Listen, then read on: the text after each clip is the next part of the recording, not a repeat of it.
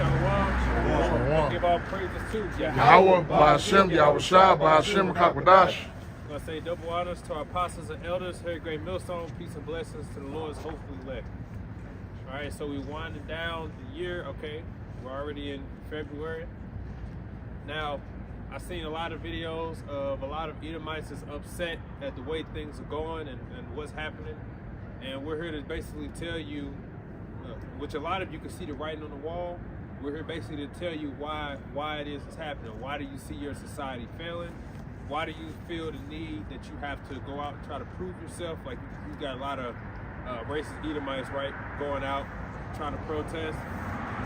You know, basically trying to turn things to the good old ages, the good old days, right? Trump talking about some deleting Black History Month and Martin Luther King, all that, trying to reverse things, all this stuff. And all this stuff's happening. There's a lot of, you can say, uncertainty going around with these people, these Babylonians. Well, we're here to just tell you why you're at your end and why you're going down. Because, yes, all this spells in the future is doom and gloom for you. You got that devil, Yuval, talking about some, basically, we need to give AI room to develop. You know what I'm saying? Which just proves that you devils won't repent. Your own movies are really based around that, and you're still gonna do it any goddamn way. That's literally what the Matrix is about. That's what our robot is about. That's what Transcendence is about. They took the Matrix off. Watching it. I saw that. Yeah. I didn't know where he was watching it from. So, yeah, because they actually, here it is, those movies were made. They made them back in the early 2000s, all those movies, out of the fear of if you let what they would call AI run rampant, what's going to eventually happen. And these devils still going to go through with what the hell they want to do because they want ultimately control. And then you got Elon Musk, okay, he wants to be God, but his own wisdom is failing him because they want electric cars to be a thing, but it's becoming too problematic. All right. So, and I was going to do a lesson on that. Just talk about wisdom failed in teaming. So this whole one step forward is actually sending them 10 steps back. So they're finding out that regular gas fuel vehicles are better.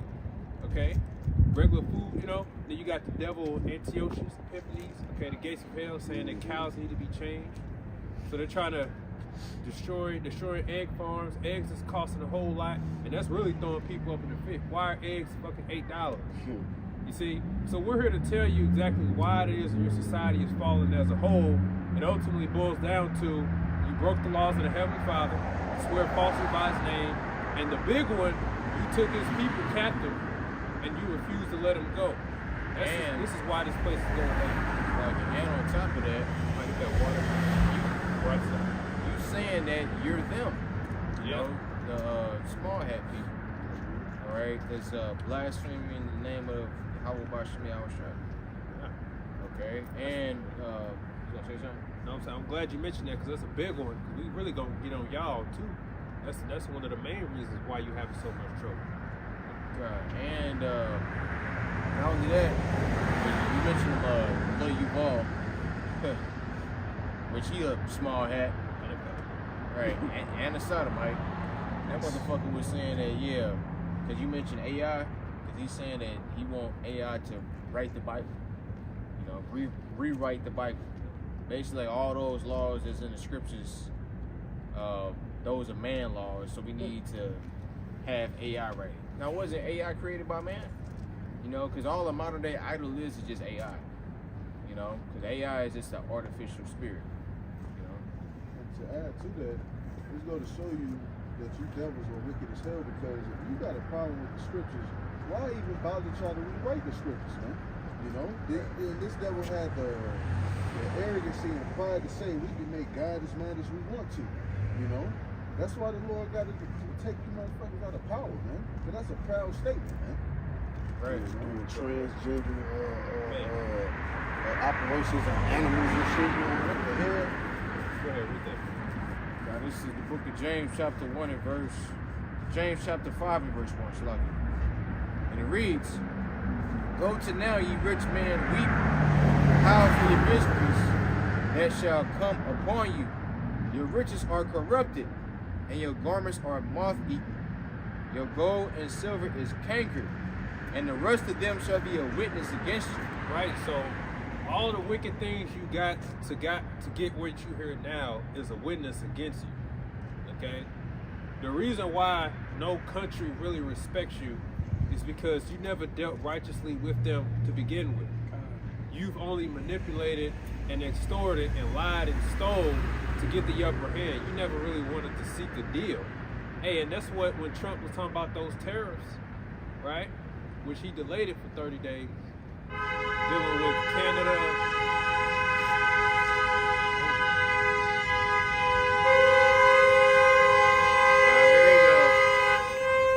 With Canada and Mexico, okay? Dealing with Canada and Mexico, right?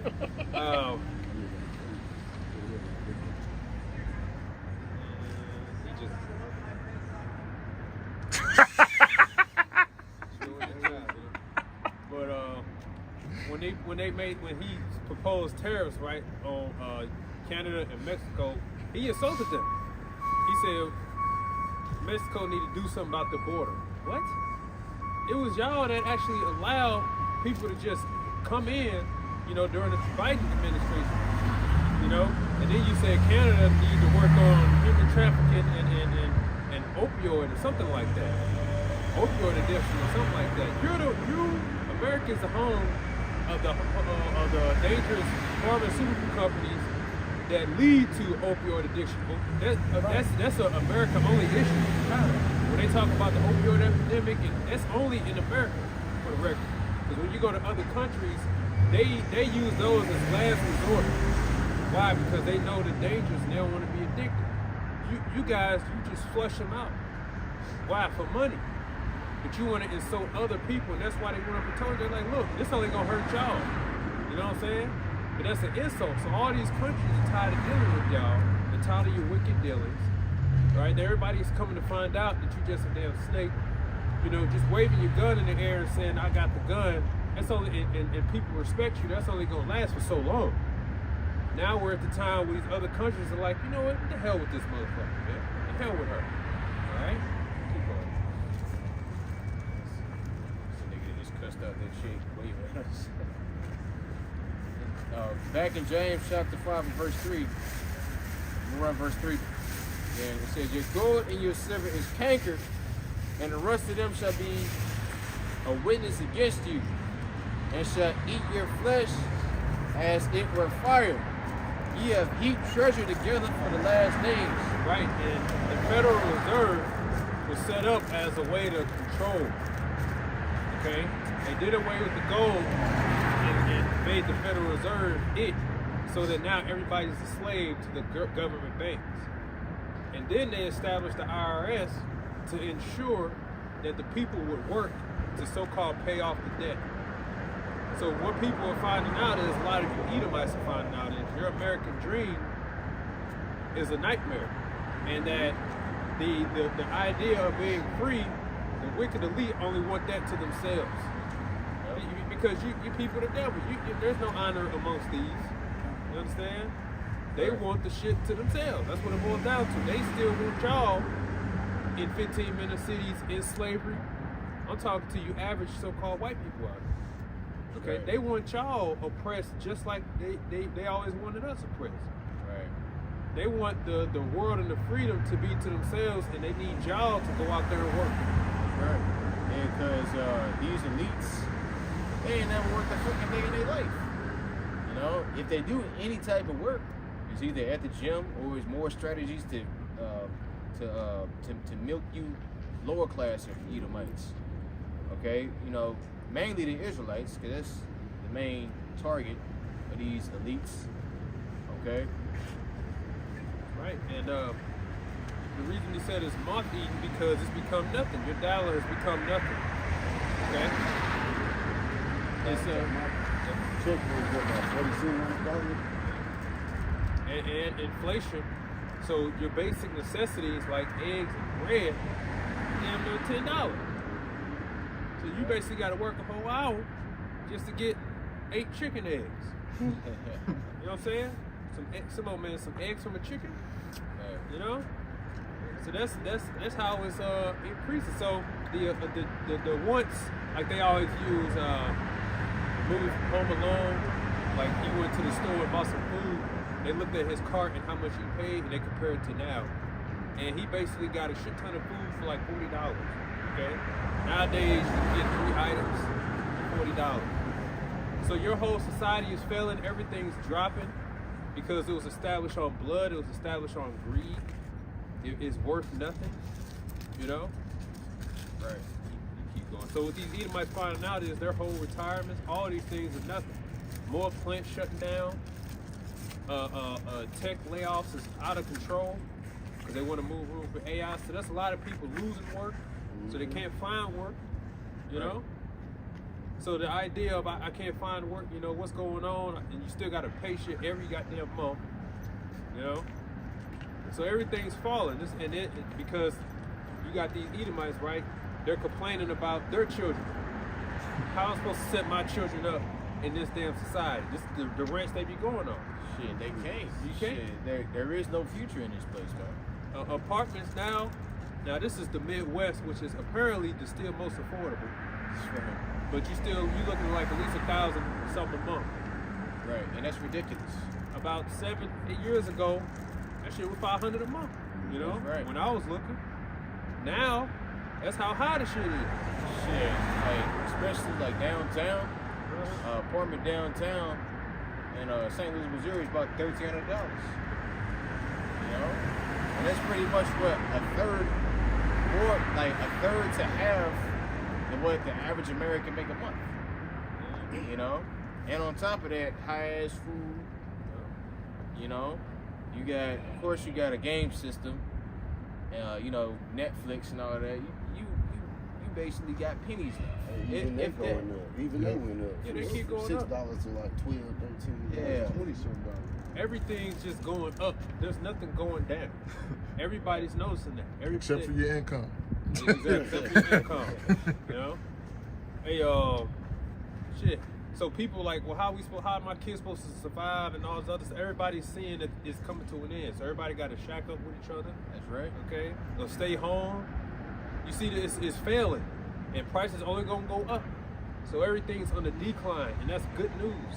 If you believe in this truth, that's good news. How you doing? Because that means this place is about to fall and we're about to witness it. That's right. Keep going. Front row seats. So that's why, hey, in this life, do what you can do to get by. You know what I'm saying? Be costly, make affordable decisions. Okay? Right. Don't overspend. You know, if you can save some money, cheap, you know, and you gotta take care of yourself. Because in this wicked ass society, you one sickness away from being in total debt. Man. Okay? That's right. Like that's why you should probably get workers. What is it? It's basically like if you get hurt or injured. Workers comp. But they's full of shit too. They are. You just don't want to overextend yourself out here. You know what I'm saying? The days of working at one place your whole life and sustain a whole family, that shit's over. Yeah, and at the most you'll probably get is what? You probably stay at average of the job is about a year, maybe 2. Because either they gonna lay you off, okay, or you gonna go somewhere better. Right. Yep. You ain't gotta be loyal to these motherfuckers no more. Those days are gone. That went out in the 80s. Exactly. You keep going. So hey, make smart decisions out here, because we all gotta go through it, but you wanna try to be smart out here. You know? Right. And you should be a minimalist, you know. That's the way to be. The less you had, the better, man. You know, try not to get a car note. Shit, try not to get a damn woman, because that's a damn bill within itself. You know, try not to get no animals. Animals is another bill. Okay. Try not to just, you know, like all these luxury items, man. You don't need it. So verse 4 says, "Behold, the hire of the laborers who have reaped down your fields, which is of you kept back by fraud, Right. And the cries of them which have reaped are entered to the ears of the Lord of Sabaoth. Right, let's talk about the Israelites.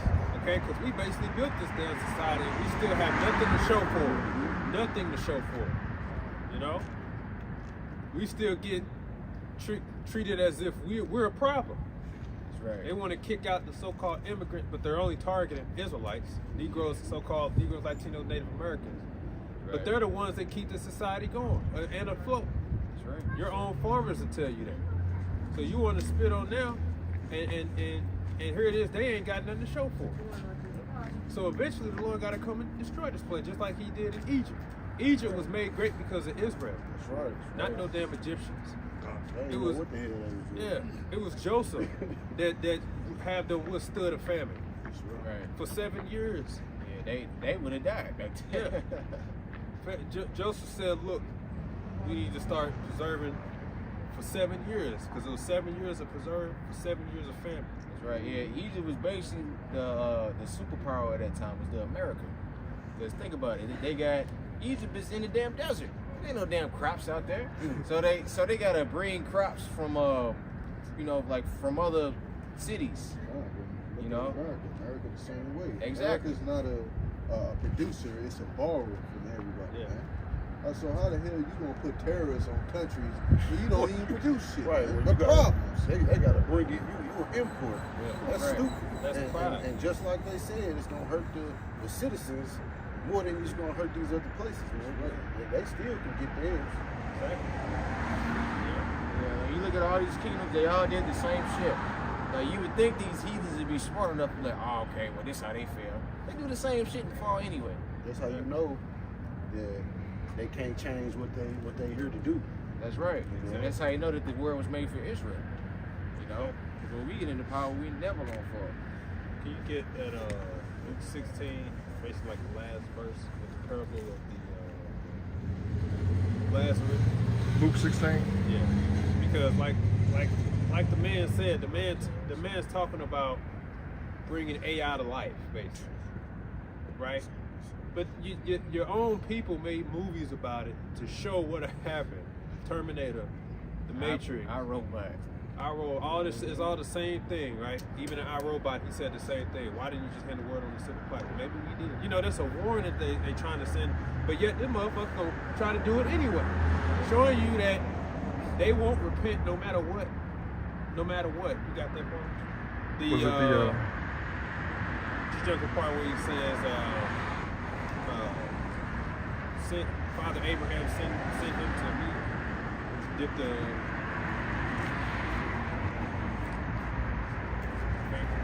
with the parable of the rich man and Lazarus? right. Hey, you know what? We're gonna start from the top of that on that. That goes right into the top. Rich man and Lazarus. Con. This is Luke chapter 16 in verse 19. There was a certain rich man which was clothed in purple and fine linen and fared sumptuously every day. And there was a certain beggar named Lazarus which was laid at his gate full of sores. Right. And Lazarus represents the Israelites. It means like a priest of Yahweh. It goes back to the Hebrew word, which they believe Eleazar, Alazar, which means priest of Yahweh, if I'm saying it. The rich man represents you Edomites, and it said that we were what? Full of holes. Can you get Isaiah chapter 1 for me? You start at verse 3. You might as well break that down. Because the holes represent, sores represent our exposure of being oppressed, beaten. Okay? The scripture says without an image, without a teraphim. Even Revelation 11. I think around in the verse where it says, three days. I don't see chapter 1. Spiritual dead bodies, I think verse 18. Yep, 11 and 18. Yeah, go. Start at verse 3. It's the book of Isaiah, chapter 1, verse 3, and it reads, "The ox knoweth his owner, and the ass his master's crib, but Israel doth not know, my people doth not consider. Our sinful nation, a people laden with iniquity, a seed of evildoers, children that are corrupters, They have forsaken the Lord Yahweh Bashim Yahushua. They have provoked the Holy One of Israel unto anger. They are gone backward. Why should ye be stricken any more? Ye will revolt more and more. The whole head is sick, and the whole heart faint. From the sole of the foot even unto the head, there is no soundness in it, but wounds and bruises and putrefying sores. They have not been closed, neither bound up, neither mollified with ointment. Right. So that's talking about our condition. That's like the same prayer, the book of the Lamentations of Jeremiah. That's him lamenting where Israel, where we were and what we became. He saw how we. That's why the Lord said, Jeremiah, I believe it's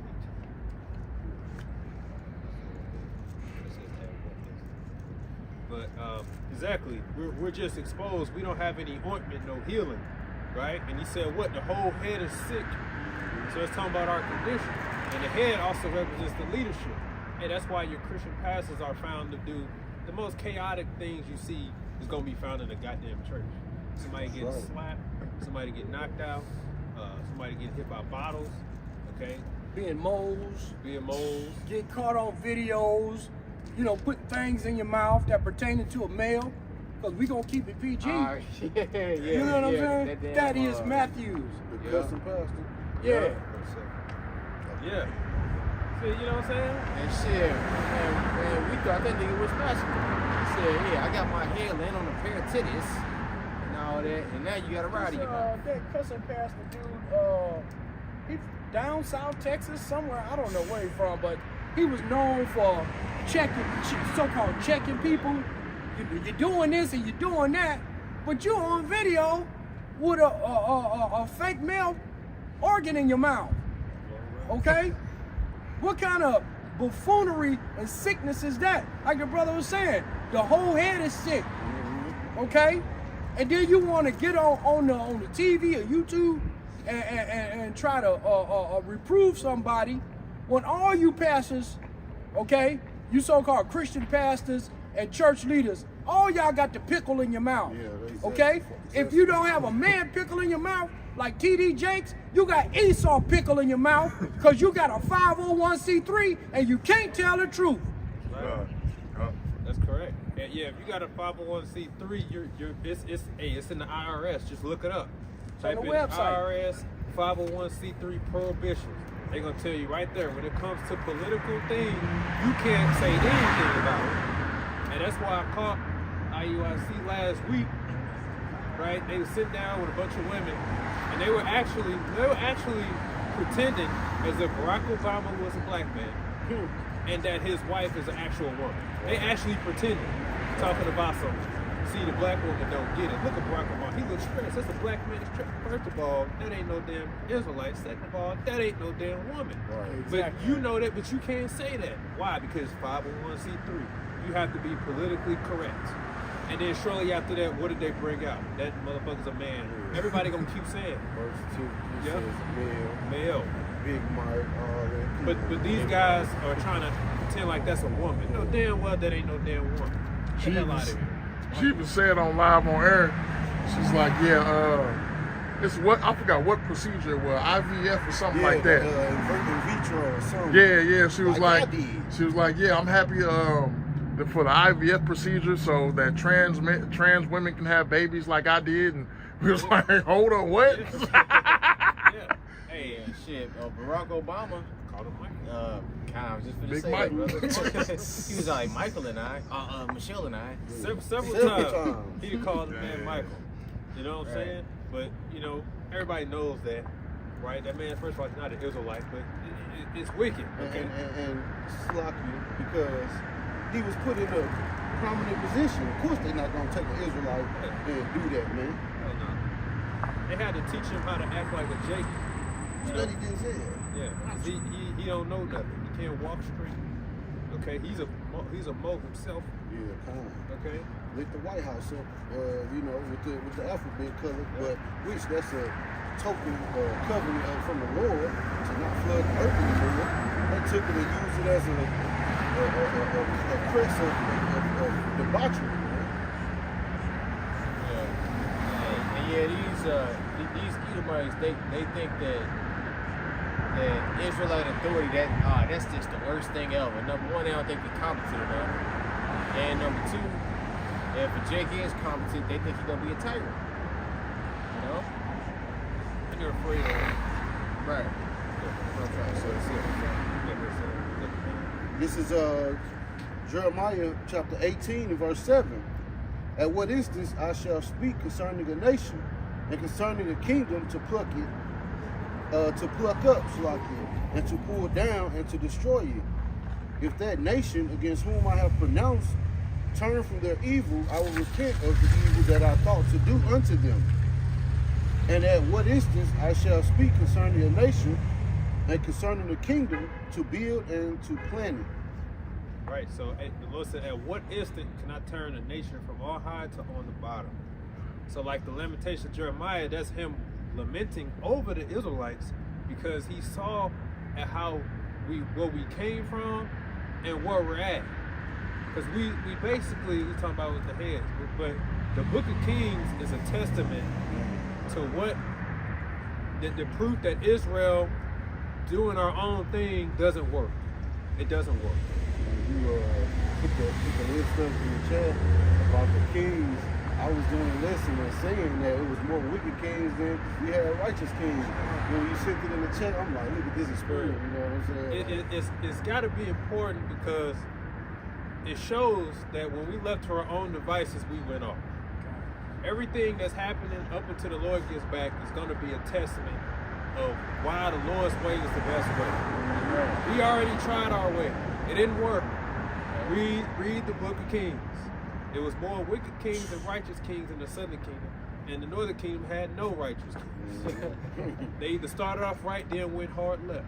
The man literally slew all the prophets of, was it Baal? Or it was another guy. And then said, I think it was Jehu that did that. And then the Lord commended him, and then the man went and worshipped another guy. Like right even though he's like, yeah, the Lord told me to do this. And then as soon as the nigga get in power, he go and worship another guy. Yeah, he slew all the prophets of Baal. The Lord commended him for it. And then he goes and serve, going back to Jericho. What? That's the same thing Azariah did. Like when he went to he was going up against those Edomites. And then he gonna go around and serve the guys that are Edomites. And then the problem is like, how would you serve the guys that are Edomites when their own guys couldn't even deliver them? Like, why would you go and serve their guys for? Like make that make sense, Jake? So that's proof. And then guess what? They went down by the Assyrians. And then shortly after that, we went down by Babylon. And guess what? We've been in captivity ever since. Ever since we've been in captivity. So that's why Jeremiah can attest. That's why he said, how's the gold become dim? You know? Because in an instant, the Lord said, going down. And we've been in slavery ever since. You know? That's disheartening to know, because I'll be watching these videos, right? They be talking about the cost of living in East Europe, how so much better. You walk here and you walk there. And Jake don't realize they ain't talking to you. They advertising to their own. East Europe, they think that's their second heaven. You know what I'm saying? They don't think they're not telling you. They talking to each other. You basically not even in the picture. Just like what Trump just did for the damn Edomites this in South Africa. He basically what he cutting off for them? He told them they can come over here. Yeah, he's saying they can come over here and stuff like that. But it's like, damn, you fucking Edomites are everywhere, being a problem. But here it is. It's just like, damn, man, you motherfuckers are proud. You know what's funny about that? He said that you white South Africans can come to America to flee oppression, but when you the motherfuckers who had the whole apartheid system, how they oppressing you now? Because Jake, I mean not Jake, but you know them MIC man, and they banding together like this nigga's the enemy. Hey, that'd be nice if they left. They don't like it. Get the hell out of there, you know. But hey, that just goes to show you that when it comes to a place to flee to, we don't have one. We don't. Okay. Africa is ruined because of the Edomites. Mexico, they trying to leave Mexico. Okay? because, and first of all, their president is an Amalekite. Right. Come on, man. A woman? Yeah. Yeah. She's an Amalekite. She's a so-called Jew. So you know they in hell. Okay, their pesos their money system is destroyed. People trying to leave to come to this hell, which is a lesser hell. So you don't really have nowhere to go. So when you hear them talk about, I'm going to Europe, they're talking about themselves. They're not talking to you, Jake. Okay, we don't have a place to go to call home. Because if we did, them Edomites would come and try to bomb you. Yep. Okay? You saw what happened with Black Wall Street when we were left to just thrive. What happened? We became a problem. You read it, man. We had our own airports, man. Buses, hospitals. banks. Yeah, we had it going. It wasn't no gang on gang violence. No, none of that. All that shit Northern Kingdom was there started too. Yeah. with the CIA, man. It was a damn project. They wanted to see how these drugs gonna affect these people that stacked on top of each other. And the same niggas that was putting them possessions, like Big Meech, you niggas glorify them. You know what I'm saying? You niggas hold them to high regards, but motherfuckers like that ain't do nothing but spread poison to the community. Right. That's black culture right there. Man, I was in the gym today, man.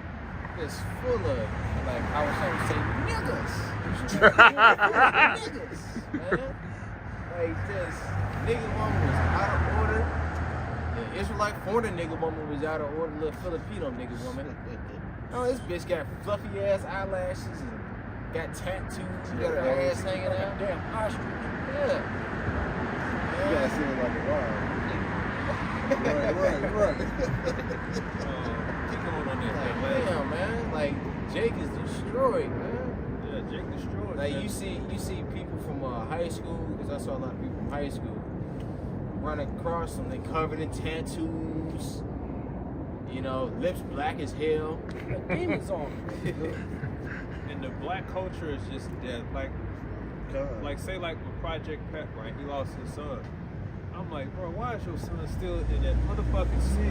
You supposed to get your family out the hood, man. That shit ain't good, ain't promoting nothing. But then look at it like all this, they know, right? man. Look at it like this, right? You known for pushing one message. Mm-hmm. So in the sense, do you really think people gonna feel sorry for you? And look at Gilly and Wallow, you know, with the $1 million worth of game podcast. Y'all got a successful podcast and everything like that. But Gilly, his son, still running around the streets of Philadelphia, end up getting killed too. That is. So it's like what? So when I saw that, I said, damn, that's fucked up.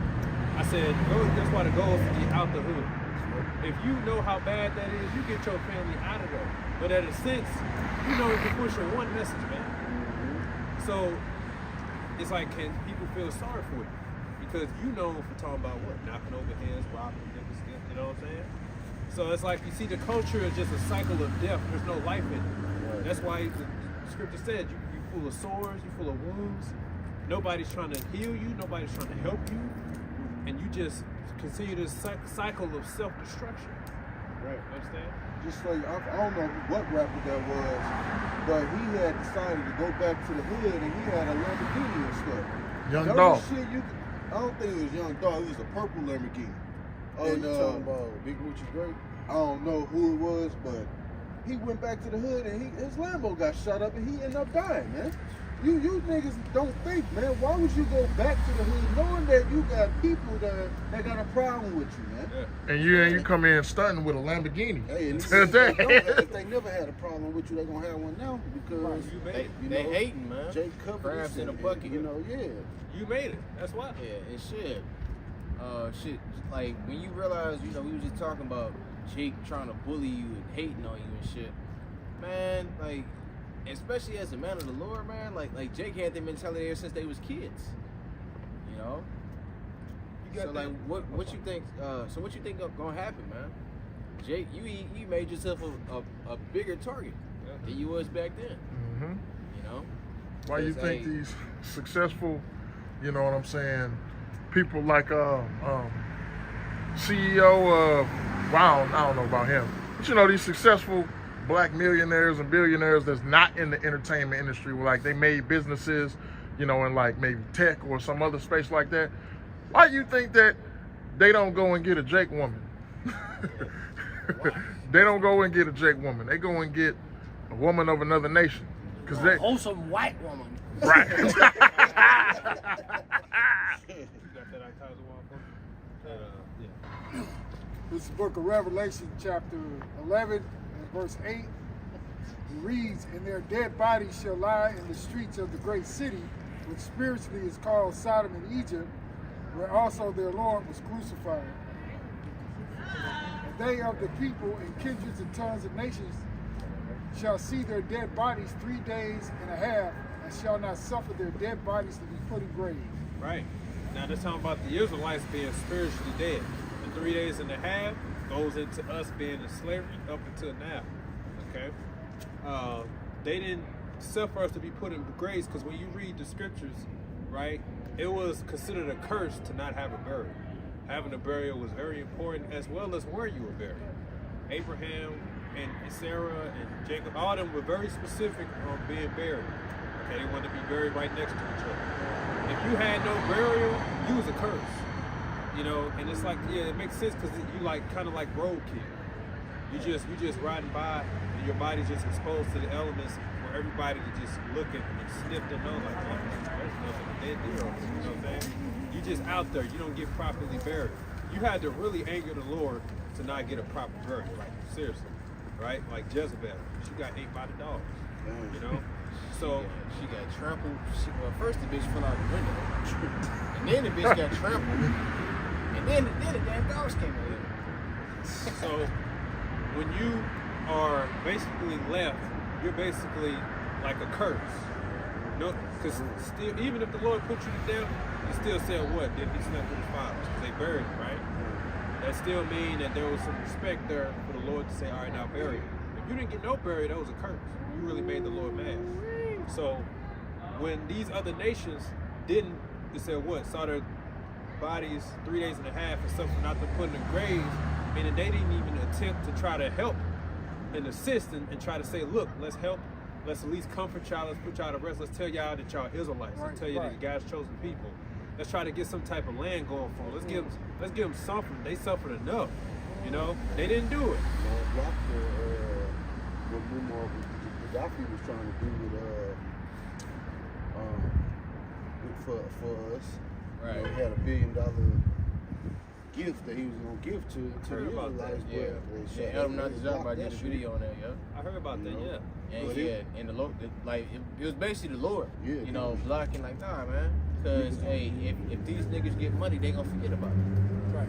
Well, that happened in the time past. Also, maybe a lot of brothers younger don't remember that during the Gulf War, like the Desert Storm, one of the princes from Kuwait wanted to give like $10,000 to each American soldier.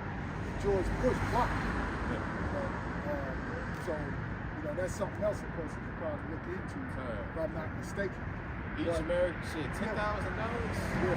So, you know, that's decent. That was pretty good change back then to get, but them motherfuckers blocked it so that the soldiers couldn't get it. But it's to the brother's point. If you think a step further, had these devils done what they should have done for us, then America would have been in great standing. Right. You know, because we would have been blessed. You know what I mean? But since Esau is who he is, the fucking devil, this place gotta go because they didn't do us right. Right. Exactly. All this is, when you study the reason Americans got all these problems, it's all because you trying to prevent the next person from getting ahead. That's all it is. Right. All you care about is greed and control. And you trying to prevent other nations and countries from exceeding, just like your own citizen. Why would you, if somebody's offering to give your citizens money, why are you gonna stop that? Right. Because you said, no, we need them as our slaves, basically. You see? So all your issues stem from your greed and your hatred. And it's stupid because if another foreign country is giving an American money, right? Quite naturally, he gonna turn around and spend it or put it in a bank or some kind of savings, okay? You're still making money off it. So it's like you cutting off your own nose to spite your face, okay? You know if you give it to Jake, you know Jake around here hollering about reparations, you know all Jake gonna do is give it back. buy a to the Cadillac. damn- Right. Cadillac dealership will be the richest dealership on the planet. Yeah, hey, and Take reparation. that's weird that you mention that, because hey, these dealerships losing money. You know, because ain't nobody buying these new $80,000 Pieces of trucks shit. and It cars. was, it was Jake who pulled Cadillac out when they was going down, man. Just like that video I shared in the chat, all them damn Hellcats and Scat Packs, they're just sitting there in the damn parking lot just riding, man. Because Good. nobody can fucking afford that shit, man. And plus, you niggas don't need that shit, man. That's all you niggas can do. I hate a is nigga in the crash Scat it, Pack. man. Ruin somebody Crashing. else's day. Man, motherfucker flew past me yesterday doing like 100, 110 or something. I was like, man, what the fuck? I'm going home. Like, just crazy for no reason. Trying to get in the high speed check. Fuck me. I can't stand a nigga in the Scat Pack. Right. Go ahead, brother. Verse 21 in Luke 16, it says, and desiring to be fed with the crumbs which fell from the rich man's table, That's exactly what we're going into. We desire to be fed from the rich man. We throw us something. Right. You know? Go ahead. moreover, the dogs came and licked their sores. The dogs represent the other nations. Licking the swords is you capitalizing off of our downfall. How they do with the so-called nigga woman's scab on her crown being smited. With the weave industry, they capitalize. You know, Elon. everything. Elon got a store on every corner in the hood. And what he sell? Liquor, Black and okay? mild. Cigarette. Black and mild, Cheetos. tequila. You know what I'm saying? Liquor store on every corner, okay? But you know, Elon, then you turn around and then you act like you ignorant, okay? When the Jake come in there to spend his money, okay? Talk all down to a Jake. What Ishmael got? Ishmael got the fish and chicken spots. Right, Yeah, selling that old ass chicken. You motherfuckers gonna go down, man, because it's been found out that y'all frying the chicken, then putting it up, and then bringing it back out and frying it again, man. Yeah. The next day. And they fry the chicken in the pork chop grease. Yeah. You know, they fry it all in the same shit. You know what I mean? They don't even change the grease. Fish and chicken. You would think, you know, you fry one meat in this grease and you fry the other meat in this grease. But no, they drop the chicken in the pork chop grease. You know, that Psalm 83 is in effect, man. You know, because you would think Ishmael would be on par with the dietary law, you know, making sure we eating the right shit. Hell no, they give you niggas fried shrimp, pork, knowing damn well we ain't supposed to be eating that shit. A loaded baked potato with With shrimp in that bacon. motherfucker, bacon and Crab. Come on, man. Y'all know damn better than that. So y'all gonna get And it they too. should know, like you saying, and that they know that they not even supposed to touch it. God, Just like right. you, because they come behind us. You know what I mean? Yep. And man, come on, man, a fried chicken place in the damn liquor store, you know what they doing. And then, like I said, they'll talk down to you behind the bulletproof glass, okay? And if they'll hire a black woman so they can use her, or they'll hire Jake, and let's say they do, right? They don't put Jake on game about how to run a motherfucking gas station. You know what I'm saying? How come Right. the Elamites and Ishmaelites ain't put Jake on game on how to run a gas station liquor store? Y'all the only ones with it. I ain't never been to a black-owned gas station. It's funny that you say that, because this dude, I don't know if y'all ever heard of this white dude, this Edomite named Tommy G. He go around different neighborhoods and all around America just interviewing niggas, Yep. you know what I'm saying, in the hood and doing hood shit. So he went up to Chicago and he was interviewing this chick named, this rapper chick named Mellow Bucks, right? She went into her favorite hair store owned by this Korean woman.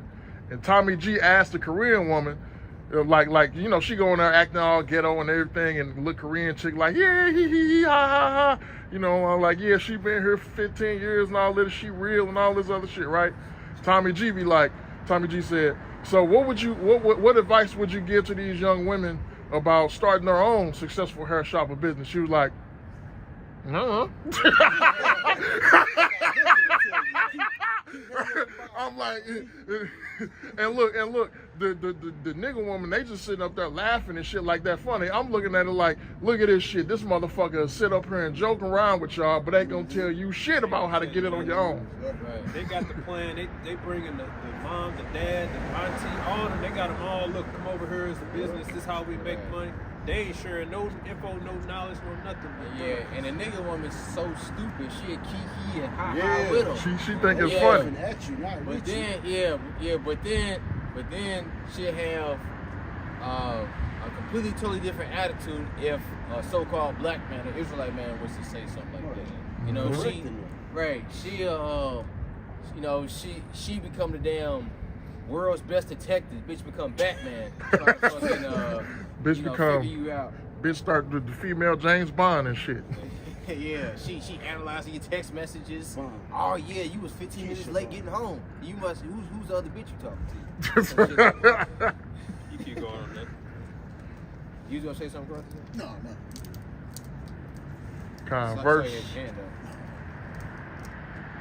Verse 22 says, and it came to pass that the beggar died and was carried by the angels into Abraham's bosom. The rich man also died and was buried. And in hell he lift up his eyes, being in torments, and seeth Abraham afar off, and Lazarus in his bosom. And he cried and said, Father Abraham, have mercy on me, and send Lazarus, that he may dip the tip of his fingers in water, and cool my tongue, for I am tormented in this flame.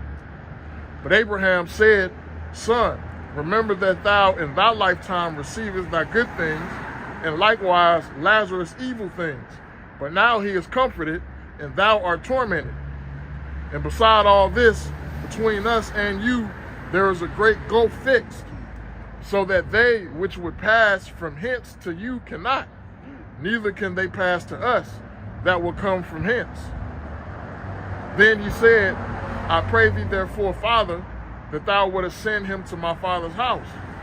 For I have 5 brethren, that he may testify to them, lest they also come into this place of torment.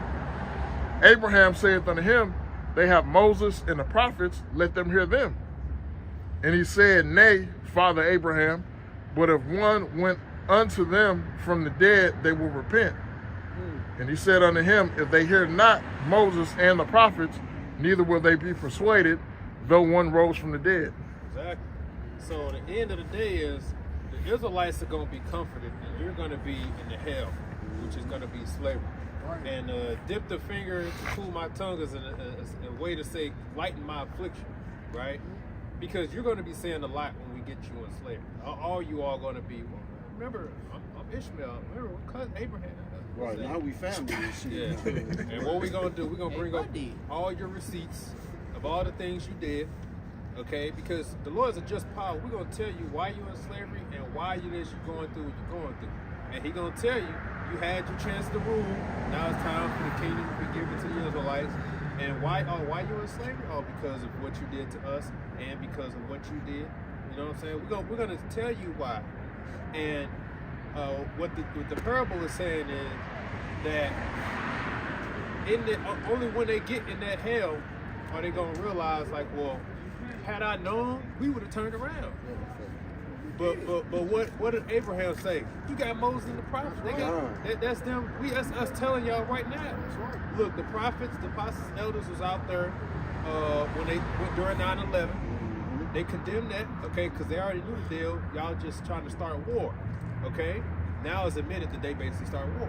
And by the way, it was 1948 was behind all of it, okay? By the way, okay. They got the call that don't go to work that day. It was 11 small hats that didn't show up to work today. The devil that owned the building that bought the Twin Towers doubled the insurance 2 months before. Even Satan, Benjamin Satan, not a real Jew, said, that's a credit to Elder Malcolm, by the way, said that this is good for Israel, that all this is going on is good for us. You know what I'm saying? And he even said that it was a bomb right after the fact. But wait a minute, I thought it was a plane. You know what I'm saying? So all those slip-ups, they was behind it, by the way. The apostles, the prophets is out there when you legalize homosexuality, condemn that. You didn't repent from that. You didn't trip it down now. Yeah. So now you got trainings all over the place. Commercial to the children. Pushing it to the children now. The prophets were there to condemn you to do all these things. Okay? So you ain't listening now. That's why the parable said that. So even when the devil was like, oh, we need to make AI a thing. It's like, but wait a minute. You got all these movies telling you what's gonna happen. And what's funny is a movie called Transcendence with Johnny Depp. Same concept. Okay? He's on the verge of creating a machine to do his own thinking. And guess who's in the movie himself? Elon Musk. Okay? And this is, again, early 2000s movie. And the whole point of the movie was there was a people who knew this is going to be dangerous, so they killed him. They shot him with a bullet that was laced with radiation. So he was having a slow death. So as a reaction, he said, let me upload my conscience into the machine. And it worked. And then the first thing he did was he became rich, stock markets, all that. Then he built his own empire. The next thing you know, he's a god now. But he had to be stopped. You know what I'm saying? He had to be killed. And that's what happened. That's the whole point of the movie. And Elon Musk is in it. But these guys are still saying, we about to go forward with this plan. So they ain't gonna hearken to no listener. If they ain't listening to the prophets, they won't even listen. They won't listen to one, even if he rose from the dead. Okay? Let an Edomite get a vision. Let Trump's wife get a vision and say, I saw our future. We going into slavery. Unless we turn things around right now. That nigga ain't gonna do nothing but the same thing he been doing. Just like Pilate's wife. Hey, that's how look, the Lord code, the scripture tell you that the Most High speaketh once, yea, twice, yet man perceive it not. Chances are, when you read about somebody's downfall or whatever, the Lord always sent the message first. In some way, right? That's how you know that's his way. So even Pilate, he got his warning. When his wife said, have no deal with this man, he didn't listen. So you see, that's the Lord telling you, touch my servant. Well, you touched him, now I gotta get your ass. Hey, and we all done been on the receiving end of that. Oh yeah. It feels terrible, man. Whenever I slip up, whatever, I always look back because I know. I say, where's the warning? There was some type of warning, whether a thought came in my head or whether somebody was like, oh man, don't do that. Something. I'm talking about like a big stump. I'll be like, you know. But that's how the Lord get down. Like Elder Apostle Tohar say, get your mind right, okay? And when he say get your mind right, he talking about you Edomites, okay? Because you sure going into slavery, okay? And every time I hear him say, get your mind right, I know exactly what he talking about, okay? I got a precept if I may. This is the book of Obadiah, chapter 1. It's only one chapter, right? Okay? But we're going to start at the 12th verse. It says, but thou should not have looked on the day of thy brother in the day that he became a stranger. Neither shouldest thou have rejoiced over the children of Judah in the day of their destruction. Neither shouldest thou have spoken proudly in the day of distress. Thou should not have entered into the gates of my people in the day of their calamity.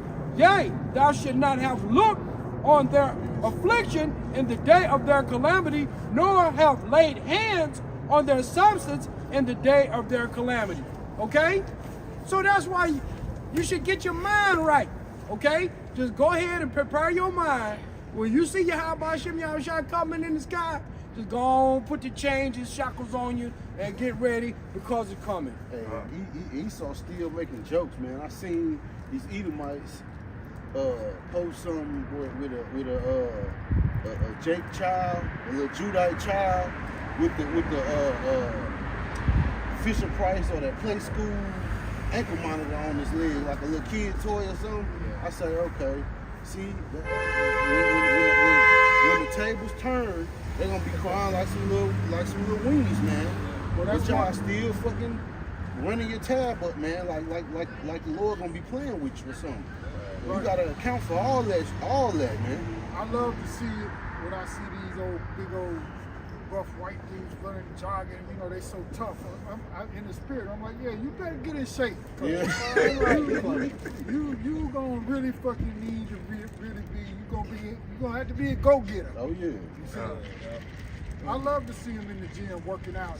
You know, benching 400 or 500 pounds, jogging 10 miles a day. Yeah, I'm tough. You know, everybody's an MMA fighter. You know what I mean? You gonna need it. Hey, and not to mention the Edomites that like to climb shit, man. The mountain climbers and shit. Oh, we gonna put y'all to some rigorous tasks, man. And you gonna say, I can't do it, but motherfucker, I saw you scale the fucking building and on this side, man. Free climbing. No harness and nothing. Right. Exactly. And to add to that point, you know, you're talking about like the Edomites making fun of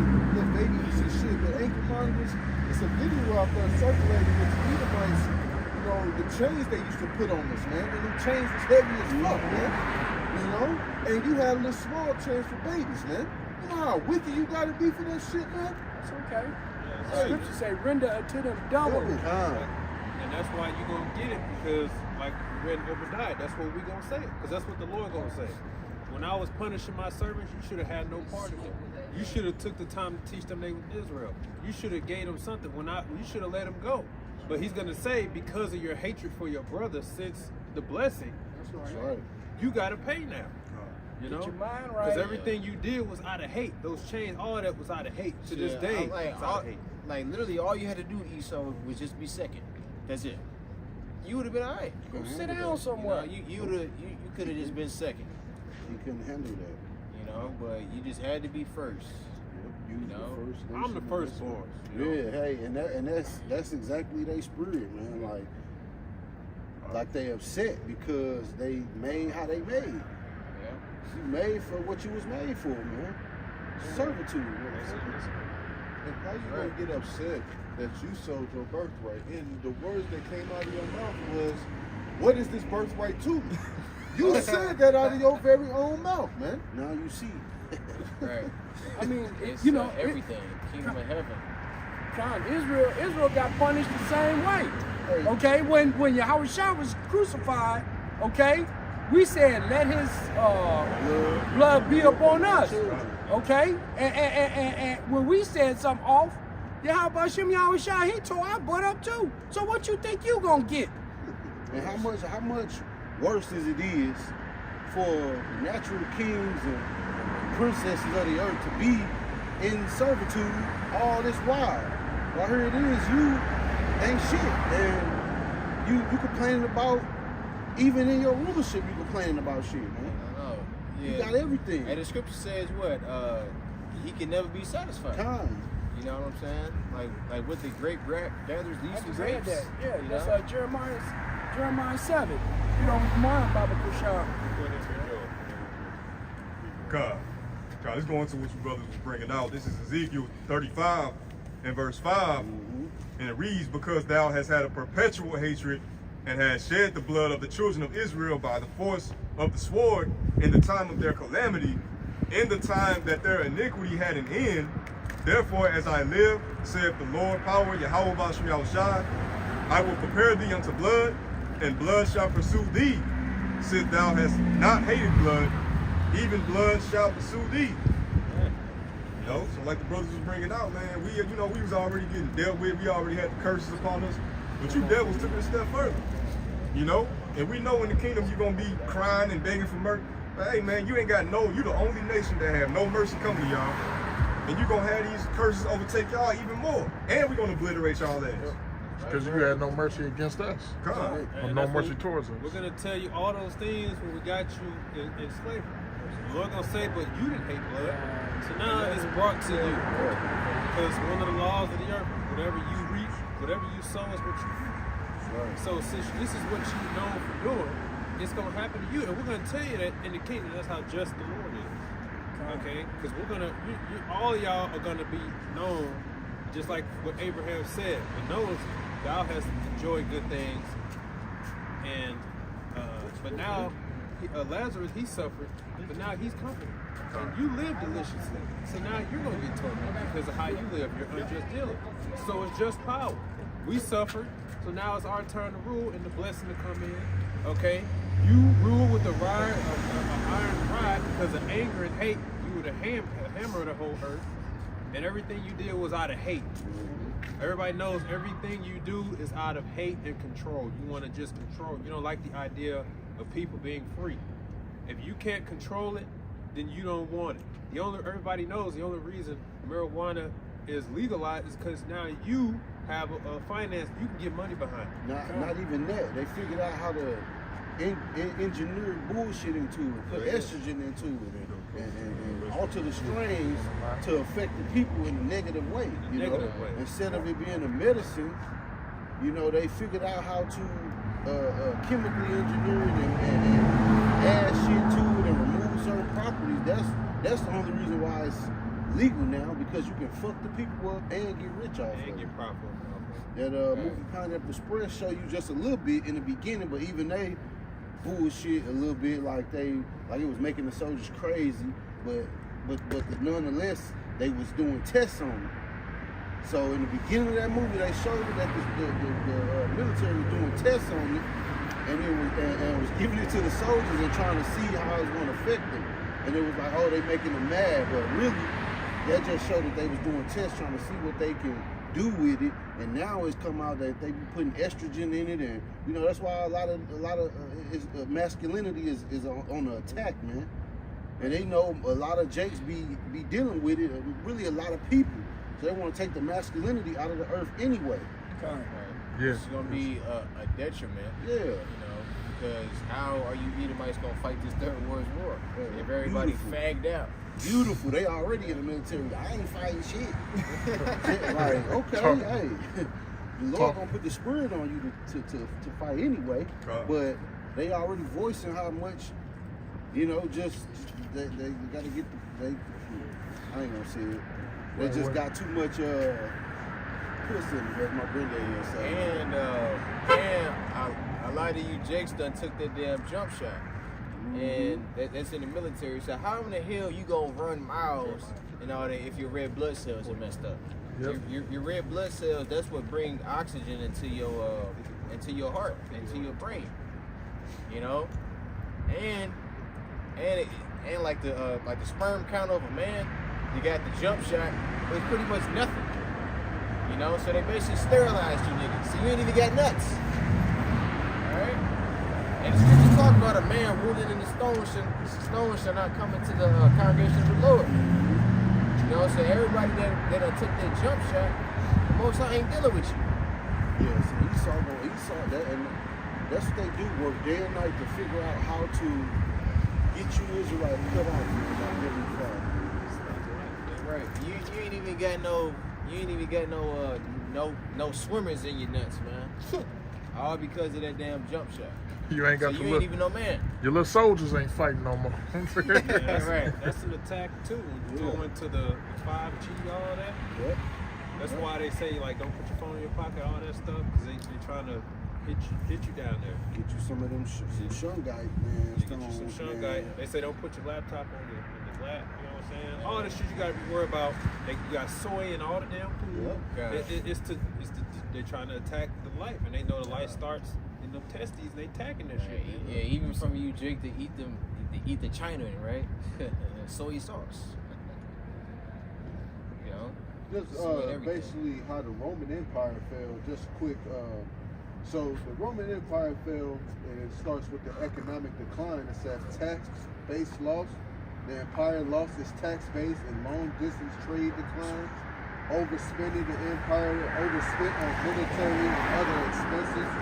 Over-reliance on slave labor. The empire relied too much on slave labor. But the point is, you know, the Roman Empire fell through military loss, economic decline, and internal strife. You know, you were having that happen over here in the modern day Roman Empire. You know, and it's all about greed. Here it is. You're supposed to come first, right? But when Israel or Ukraine needed some, here's billions. You get a wildfire, which they lit the match. We'll give you $700. What an insult. You know what I'm saying? Lose your whole house. Lose everything. They're not trying to help you. And multi-million-dollar houses too, because them houses in California ain't cheap. Yeah. And there's still the damn insurance thing is gonna be pending for a fucking long time. They're like, well, who gonna pay for this? And then the question's gonna be, well, guess what? The government saying, look, well, if I gotta pay for this, then that means y'all gonna pay for this. So prepare to get even more tax. It's just excessive taxing and taxing. They could take the hit, but they like, hell no. Y'all gonna take the hit. Y'all gonna foot the bill. You know? Just like that, when they gave that $1,200 during the pandemic, guess what? You had to pay for that shit later down. You think they about to spot it? Hell no, they ain't footing that bill. Y'all gonna have to pay that shit. You know? Hey, So Esau ain't fronting nothing. Esau not fronting y'all nothing. Like, nothing. They give you nothing. This is Jeremiah 51:20. Thou art my battle axe and weapons of war. For with thee will I 29 Salaki. Jumping down to 29, Jeremiah 51 and 29. And the land shall tremble in sorrow, for every purpose of the Lord shall be performed against Babylon, to make the land of Babylon a desolation without an inhabitant. The mighty men of Babylon have forborne to fight. They have remained in their holes. Their might hath failed. They became as women. They have burned her dwelling places. Her bars are broken. Oh, they became as women. Basically a bunch of damn sodomites. This is your army, so to speak. Weak. And that's why, this is how you know this man is ass backwards. Okay, everything he's trying to do, stupefy the people, make people dumb, just smart enough to follow orders, but it's like dumb enough to follow orders, but not smart enough to critically think. You know, they talk about how they trying to attack the creative thinking side of your brain. They want to turn everybody into basically idiots, but you're paying the cost right now because we're talking about it. But you don't have people to do work for real anymore to maintain the stability of buildings and all that. You know, it's a lot of trades that's starting to phase out. Right. It's becoming a thing that's not even mentioned anymore. Because one, all the factories shut down. So they're sending them overseas. When you send all your factories overseas, okay, to pay people less money, right? That's less work, less skill for your people. So now people don't have a job to work for efficient all that, right? And then, in the long run, you get a situation like this where you can threaten to tax other countries, but it only is going to hurt you because you can't build nothing from here because you shut them all down and you don't have qualified people to do anything anymore. That's why these newly built homes are some of the worst homes ever made. Yeah. Because people, the quality, the inspection, all that is down. Yeah. So it's like, here it is, you're trying to stupefy the people to where they can't think or do anything, but you still need people to build, but they ain't qualified for it. But then everything will cost a shit ton. Just like the new vehicles, all the pieces of junk. Okay, you get them up to 100,000, you might as well throw them in the dumpster. Okay, because that's how useless they are. Cheaper parts, but more fancy. Styrofoam, plastic. Yeah, styrofoam bumpers. That's crazy. You got computer screens, okay, versus a button. You know, so now you're dependent on the system. The shit can go off, all this shit, collect all this shit, and then you know what you find out? Man, I'm gonna go get me a 1995 Toyota that works, and it outlasts 3 of these damn vehicles. I just fucking hit 211 on my car. So guess what? That's 2 new models. You outlast 2 models because once you get up to 100, you might as well trade the motherfucker in because it's gonna fall. So that's a chain reaction and shit. Yeah. That's gonna fuck up, man. This gonna make this fuck up. That's how they make this shit now. Back in the days, you okay, this the problem. You go right, get right to it, and bam, it's fixed. Or it won't turn down under 200,000 miles. Yeah, these new cars, you want to change the alternator, you got to take the engine out. Man, that's what I'm doing right now. Shit. And what you find out is, but because the business model, we got to make something new every fucking year. Well, it's starting to catch up now, just like the plastic. When they released plastic and they said how dangerous it was, they said, we'll deal with it when we get to it, because the attitude of these devils is all I care about is me, my business, my family. So I'm gonna shut this factory down and drive 15 minutes to Mexico, right? 15 minutes off the border of Mexico. So for one, I can pay them less, and I ain't gotta pay American tax. And when I come over here, I'm gonna still charge the full amount. So I'm making triple profit. And it's like, well, but look at the long-term effects. Look at how it's gonna affect the country. And their attitude is, all I care about is me and my family or whatever. So then, you've done that so many times, you're at a point now where now you're dependent on other people because of your lack of wisdom and fucking greed, okay? And the plastic is all over the place. Now it's a world problem because you just kept excessively making it out of greed because it's a few cents cheaper than paper, okay? But now look at the cost. The earth is fucking suffocating, and now you basically can't stop. You know what the original tried to do with the plastic was make roads out of it and shit. You know they putting this shit and rolling it on the streets like Because it's a problem. yeah, like they trying to take the old bits and plastic and do it like they do the tar and put it on the streets. And they saying it's work, but I just don't see how that shit gonna work They long actually, term anyway. They actually have a recycling problem now because the people who normally bought it, which is China, they said, I don't want the shit. So now they just got piles and piles of trash. And they ain't telling you what they're doing. But I'm telling you what they're doing. They dump it into the ocean. They dump it into the ocean. You see? Trash out. So all this, well, we ain't worried about it. Disobeying the laws of the Heavenly Father and the earth has gotten you to this point. And you know who came up with a solution? Jake. Turn it into fuel. Oh, shut it down. We can't do that. Nope. Then everybody has, hell yeah, everybody got their own gas now. I'll just keep all my water bottles and, hey, look, put it in the machine. I ain't got to ever go to another gas station again. He can You make know it they can't into have that. diesel or regular. You know what I'm saying? Hey, I've been seeing Jake for what, probably a year now. Yeah. And I'm like, why is this dude not, extolled to the clouds about this problem that's going on? But it's because he's a Jake, man. And Esau thrives off of chaos and bullshit and destruction. Can't make no. Esau ain't making no money off of it. That'll be the end. That'll be the end of gas stations the moment they. But you would think that'll be beneficial for the society.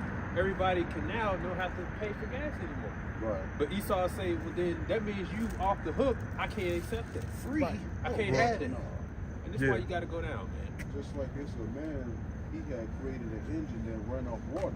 Oh yeah. And then come to find out he ended up dying, months later on some shit over an unknown disease. They killed him. Because he created an engine that run off water. Yeah, they killed him.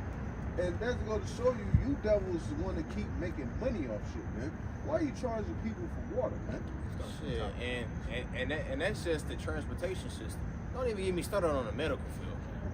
I read a book called American Healthcare, and it broke down exactly how, it's non-profit, but behind it is for-profit.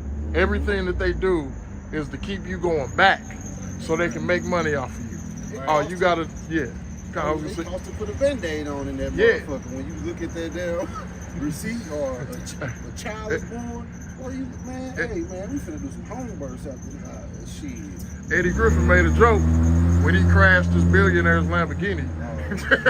He was like, man, they asked me, did I? He was like, I was all right. They talking about some, hey, you want to get in the ambulance? He's like, hell no, y'all charge $10,000 for oxygen. It's a bill for everything. Open up that wooden stick that is stick in your mouth. That's $10. Hey, man.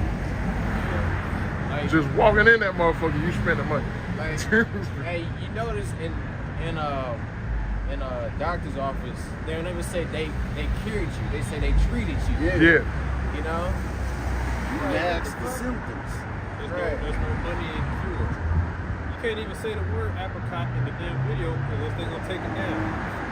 A damn fruit, everything you can't buy. You gotta go to special fucking place. You got to hunt that shit down. To get an apricot. It grow in trees, but because of what it is able to do, it's dangerous. Apricot seed. It's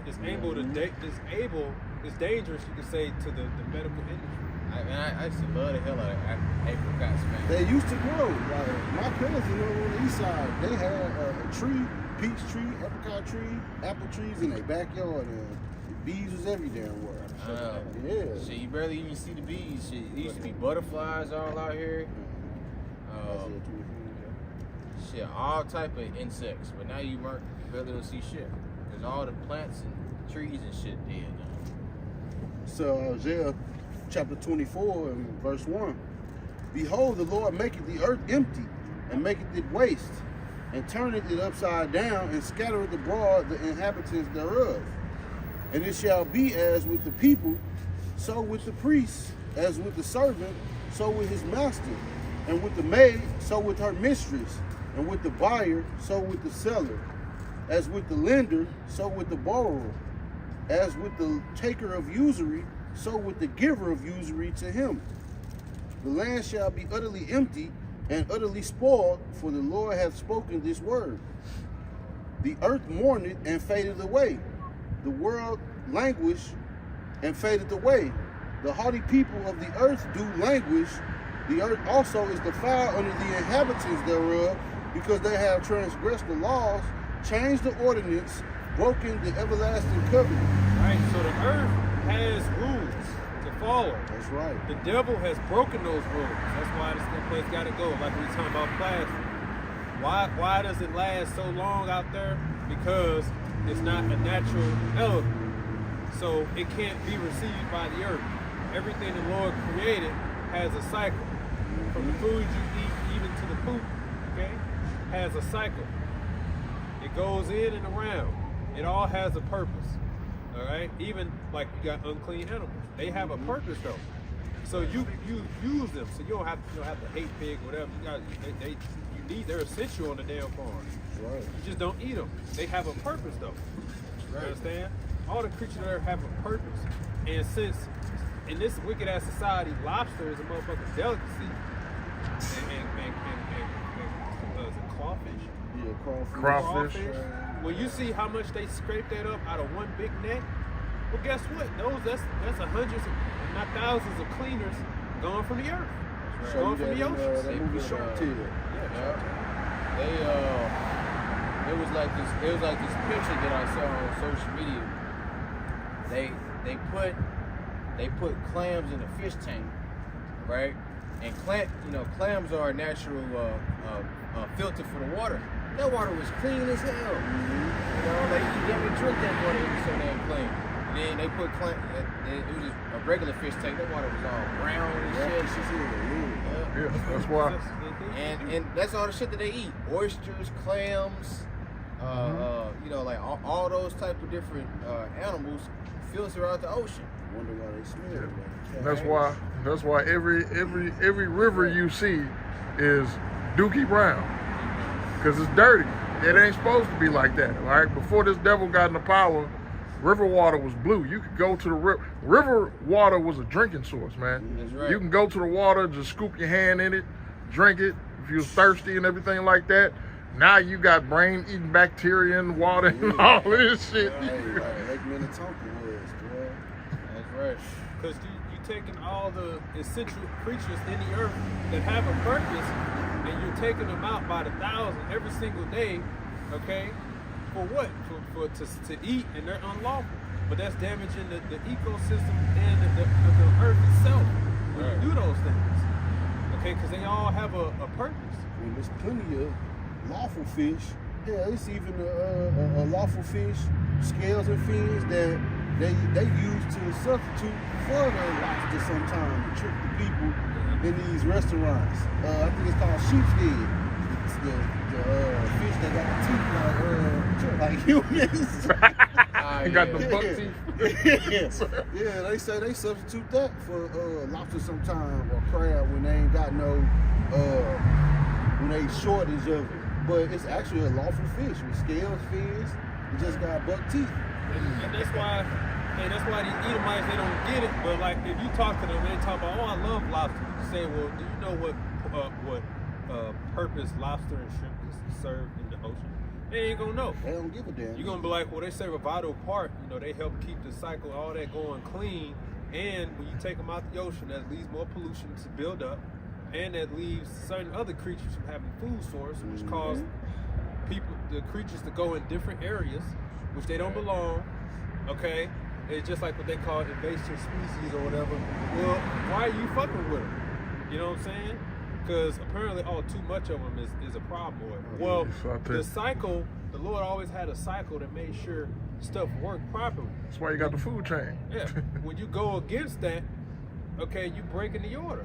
Just like now, what they talked about, how they invested $20 million into transgender animal therapy. Yeah, that's what? They $20 million. They're trying to turn them to gay. They're trying to turn them out. This is how you know this man is diabolical. This is a sick motherfucker. He's a man of sin. gotta be stopped. His whole goal is to turn everything out. That's his goal. We need to turn the animals out. Here it is, man. It's all potholes in the streets of St. Louis, but this nigga trying to invest in $20 million in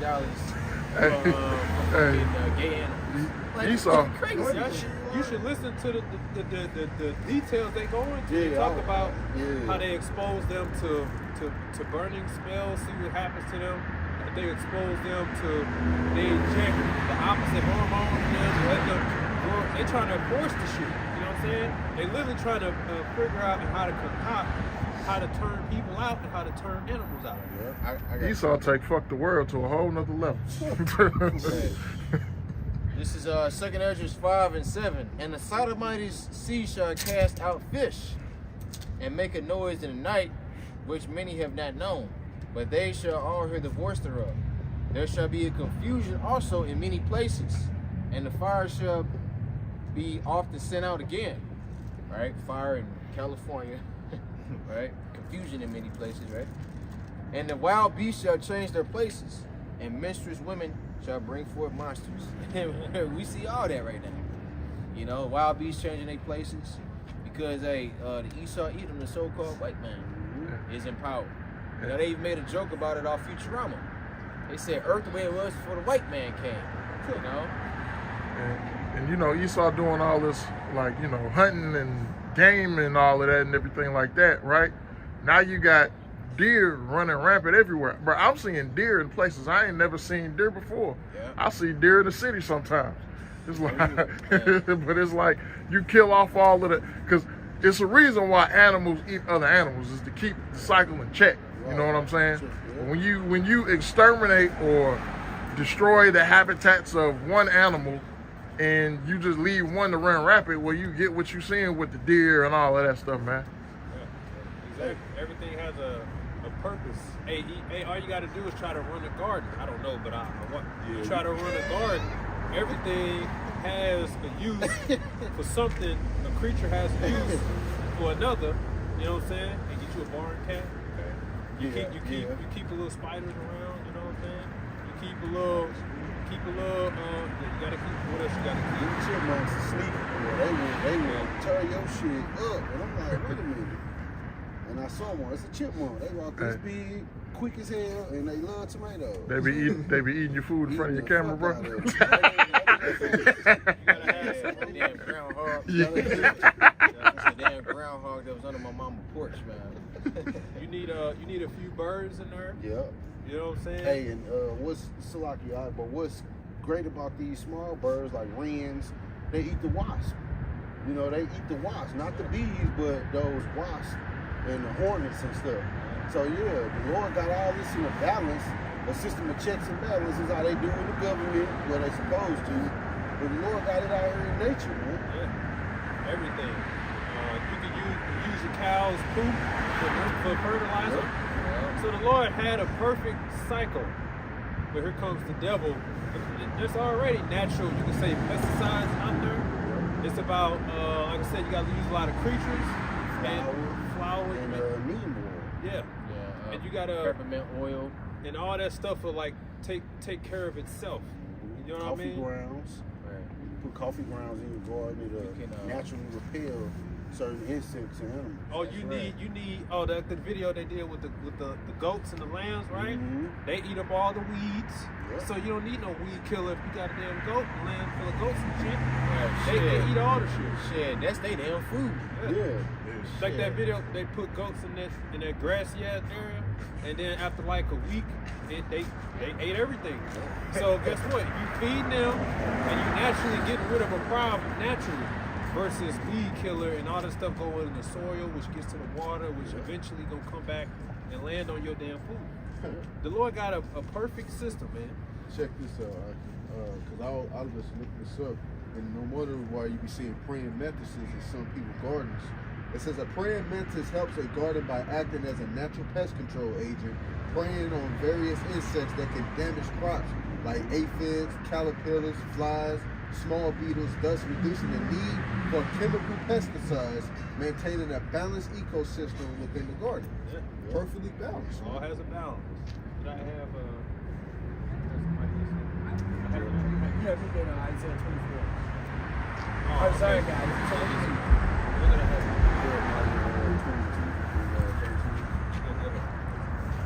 Look what at you You wanna bring it out? No, it's all right. Hey. Yeah, he said Jeremiah what? 23? No, 22 and 18. I'm here already. This is Jeremiah 22 and verse 13. Woe unto him that buildeth his house by unrighteousness, and his chambers by wrong, that useth his neighbor's service without wages, and giveth him not for his work. That's right. And that's exactly what America's built. So it says, woe unto you. Because we built this society, but according to the law, you're supposed to pay the man. Yeah. You didn't pay us. And that's why they like slavery so much, because you can't beat free labor. You can't beat it. And they used every ounce. They wouldn't pay us a damn thing, man. You know what I'm saying? And even to this day, they don't want to give you nothing. Right. So the Lord said, woe unto you, because the Lord sees that all these buildings, all this house is built off the backs of slaves, and we don't own a thing too. You know? We don't. Yeah. So like Esau try to finesse you out of what you do, the little you do have. You know, just like a lot of people go on the red note, and I think that's the app or whatever, and they showing like, hey, y'all Americans getting duped. Like y'all still gotta pay on something after you pay for it. Like I was like, you know, so this man just, like I said, a usury man. This man is an expert user, man, extorter and a blackmailer and a thief. It's all about greed. Yeah, Like, never satisfied, man. And guess what? All that you work for, you gonna vomit it up, man. Right. You think that Yahweh Shai is pleased off of somebody like that? You know? You just mentioned something about him vomiting all that back up. Hey, Job 20 talks about it. All the riches that you withhold, you gonna vomit all that shit back up, man. Because you like to hoard everything to yourself. The best of the best resources and all that, man. Even from his own people. That's what these Edomites ain't supposed to be struggling and wondering where their next dang on meal and their next paycheck gonna come from. They supposed to be set.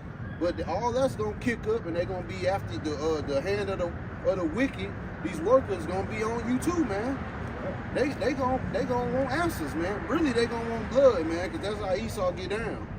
So you didn't just hoarded all the resources, everything. You didn't even share the wealth with your own people, man. That's not how it's gonna be in the kingdom of heaven. No Israelite gonna be struggling in poverty or nothing. Right. They're gonna be good. And when you read the law of the Lord, even we had a welfare system. In our book, we had a welfare system. We took care of widows, okay, virgins, and the poor. It's even in our law to respect the land. Yeah. That the earth gave the earth for Israel.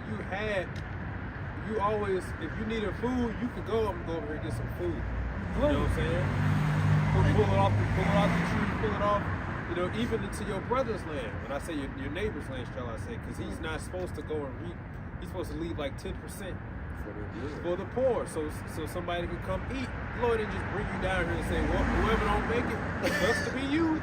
You better find a roof over your head. We had a welfare system. Shit, even Jake be saying that shit. Oh, you gotta get yours, nigga. That's how it used to be in the hood, you know.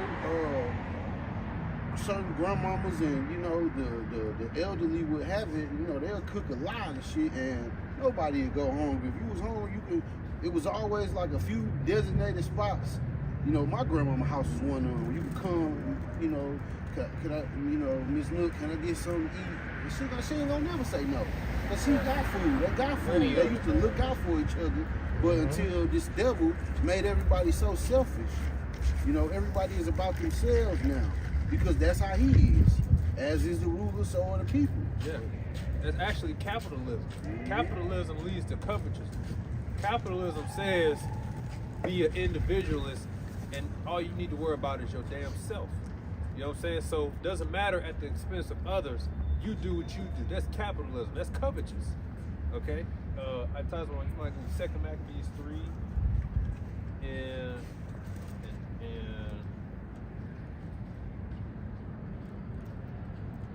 you can start at 7. But yeah, in our history, man, we had a system. The Lord had a system for us to make sure that everybody was okay. You even had a way to get back on your feet if you came down. If you said, hey, I'm kind of down right now, you know what option I have? Kind of like today, right? They'll say, oh, join the Army, Navy, and all that. But you get screwed in the end, right? In the ancient, you can go and I'm gonna go serve a neighbor. You serve for 7 years, and by that 7 years, you was taken care of, man. Yeah. You were taken care of. You left with you.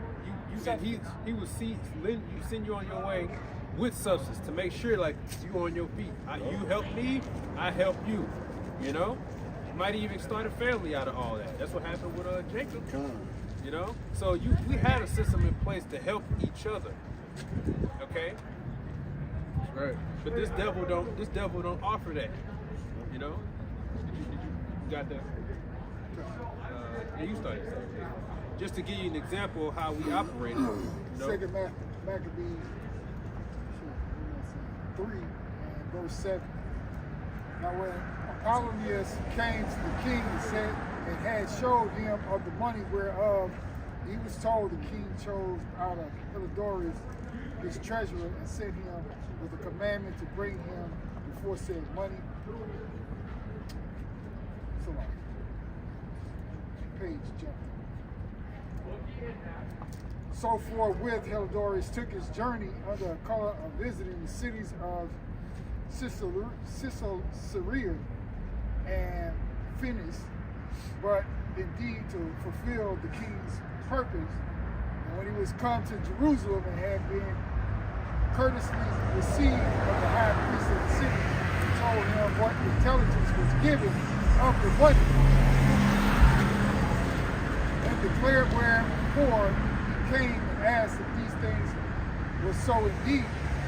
Then the high priest told him that there was such money laid up for the relief of widows and fatherless children, and that some of it belonged to Hyrcanus, son of Tobias, a man of great dignity, and not as that wicked Simon had misinformed, the sum whereof in all was 400 talents of silver and 200 of gold.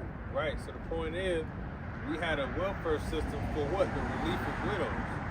Okay, you said widows and widows? Widows and fatherless children. Widows and orphans. Okay, because you know that every woman you see basically, technically, is a single woman, right? For the most part, they got kids, single mother, and all that. That's foreign. You know, back then, you were either a widow, okay, right, which means that was something bad. You mean, you know, of course, obviously, if you had nothing to do with it. But if you lost your husband, right, that they know that that's like your sense of provision right there. So we had a system in place to help you, you know, and to say what? The orphans, basically the fatherless children. So we had a system set up in place to help the poor.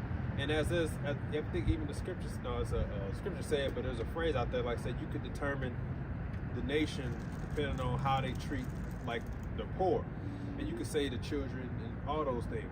But we have systems set up in place to help one another. The Lord gave us the law of the land, like the land Sabbath, to respect the land. He told us that if you have major land, you couldn't go and glean everything. You had to leave 10%. You gotta have the poor. They need a place to eat. They need, you know, you gotta have places set up for the poor to have a place to sleep. Okay, you just leave them out. We just leave people out in the brick cold. We had systems set up for the poor, and more than likely it's because of misfortune. You know, it's because they either lost, you know, maybe a fire or something, or they had a death in the family. You know, those are things that happen. And we made sure that they were taken care of. That's what we did. This devil here, he does everything by usual. You know? They'll scam you as long as they get something out of it. Hey, insurance itself is a damn scam. Everybody knows insurance is the biggest scam going because it's legal. That's right. And if it wasn't a scam, surely they'll be like, well, you went 6 months without using none of your benefits. So here's a little check for, you know, a third or half of what you put into. Nah, they don't do that shit. They just keep pocketing it and pocketing and pocketing. You go 2, 3, 4 years without even, they done came up big time. Then when you do have some mishap happen, oh, you gotta pay that premium, you know, and it done went up. And that deductible. Y'all, man. They be like, oh, your payment didn't go through, so this month you wasn't covered. The deductible, and they literally try to fight to not pay you. That's the goal. The day you gotta use your car insurance, they fishing to see who's at fault. Look, and not only that, you have to have insurance to get tagged, so you don't get pulled over. Yeah. So they be like, when you go into the DMV, I try to Jacob their ass one time. They're like, oh, you need to show proof of insurance. I'm like, fuck. Well, you know, they've gone as far as even with homeowners insurance that you used to have a certain deductible. It might be 500, it might be 1,000, whatever deductible you chose, right? It was never based on the value of your house. So now the value of your house is going to determine what your deductible is, and you don't have a choice. Damn. So it's like, if I'm not mistaken, it's 0.5% or 0.1% or whatever the value of your house is, quote unquote, on the market. Wow. So now if you got, let's just say your house is $400,000, right? They'll say that, well, your deductible is $2,600. Okay, that's what they're going to tell you. You know what I mean? When did I get a $2,600 deductible? Well, you know, you didn't pick it. It's based on the value of your house. You bought it for $400,000. So anything that goes on in your house, you essentially you gonna pay for it. They're not gonna pay for it, but you keep paying your premiums. Here's the messed up part about it. They'll say, yeah, well, that deductible is based on your house being worth $600,000, right? You like, oh, 600? All right, let me go to the bank. Let me get some money out. Oh man, your house worth $300,000. Right. Nigga, what? all of they, you know, Esau give you the flim flam when it's time for you to get paid. You know, and you can't say that this motherfucker is not the devil, man. I mean, the old switcheroo. Yeah. You know, just always the motherfucker's so devious and conniving that they spend millions of dollars a year figuring out how to fuck you. You know what I mean? I mean, that's what they do. That's what research and development. That's how can we fuck you? Yeah. That's what research and development. And there's always a new level, even on the smallest level. You know, on the smallest level, even if it's just wasting your time.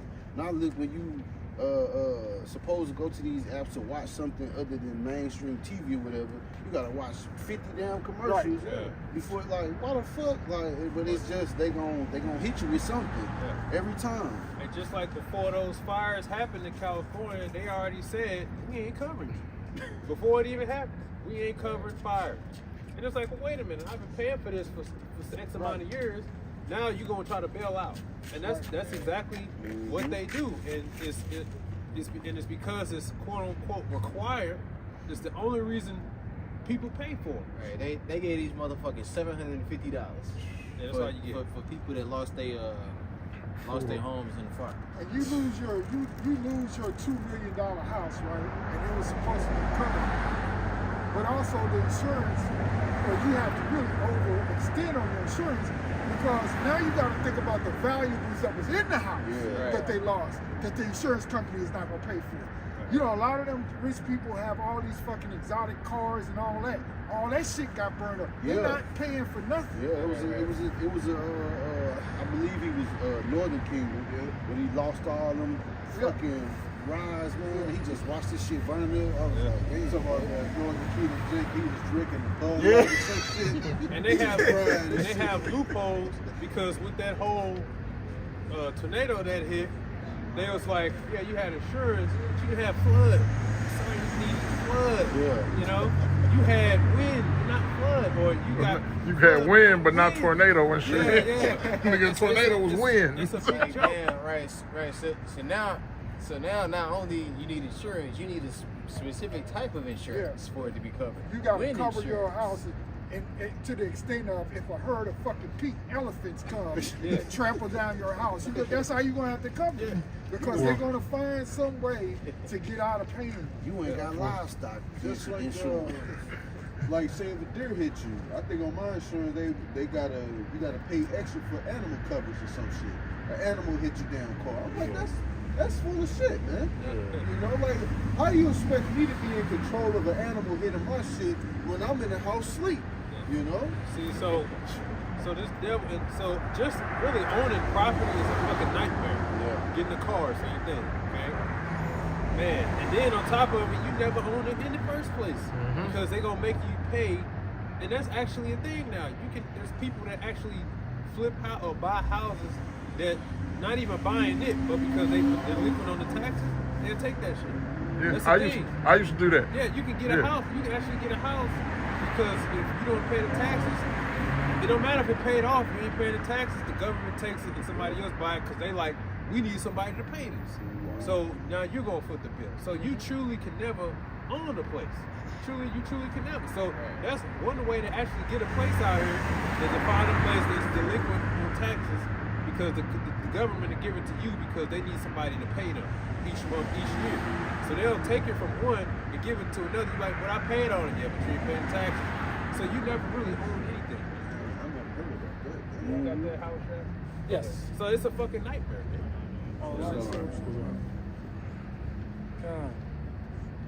This is the book of Job, chapter 24, starting from the top, right?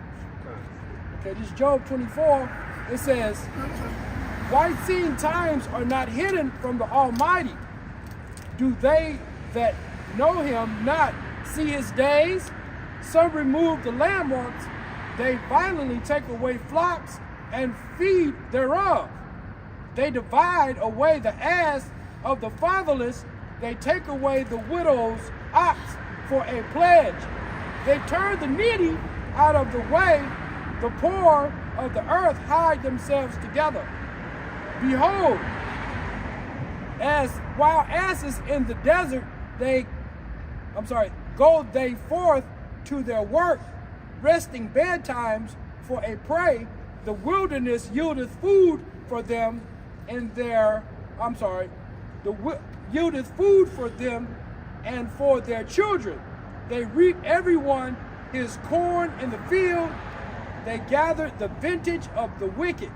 They cause the naked to lodge without clothing, that they have no covering in the cold." Hey, you about to have a stream of homeless people pretty soon. You know what I'm saying? Like, it's with all this is going on, and even with the Section 8, like, because there's so many loopholes for that for you to take advantage of, you know?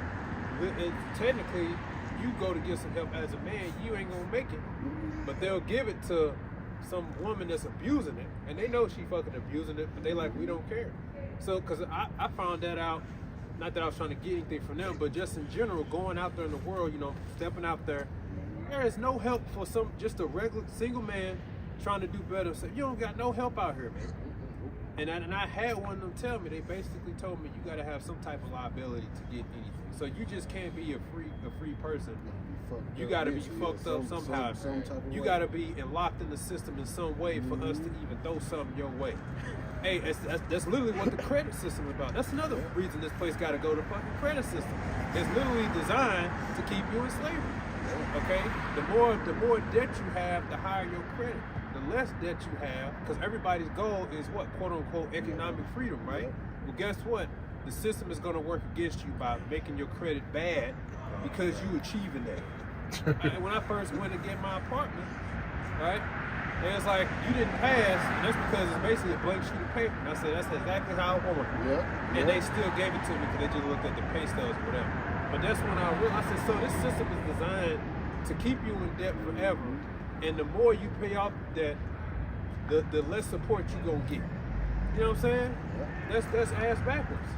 So thought I was doing a good deed by not owing no damn body. I can't sleep. I owe some shit like that. It fucked with my mind. Yeah. So I'm thinking I'm doing a good deed. You know, I'm young and fresh out there. I go and they like, well, this is just the same as bad credit. I'm like, how? They're like, because you don't owe nobody. I'm like, so in order to get ahead, you gotta owe a motherfucker. They're like, man, this shit. I was like, well, if I can't just get it, then I don't need it then. So fuck all that credit shit. That's a trick. That's the society. Society is geared. Everything is designed to keep you in perpetual slavery. You just don't know it until after the fact, and that's the snare. Right? Like a lot of you women, you need guidance because you just, I'm gonna go to college, you know, and get all this, and now you got wounds and wounds of debt that you ain't gonna ever pay off. You- And they got compound interest on that. And it's a private loan, so you can't put that in the bankrupt. You can't.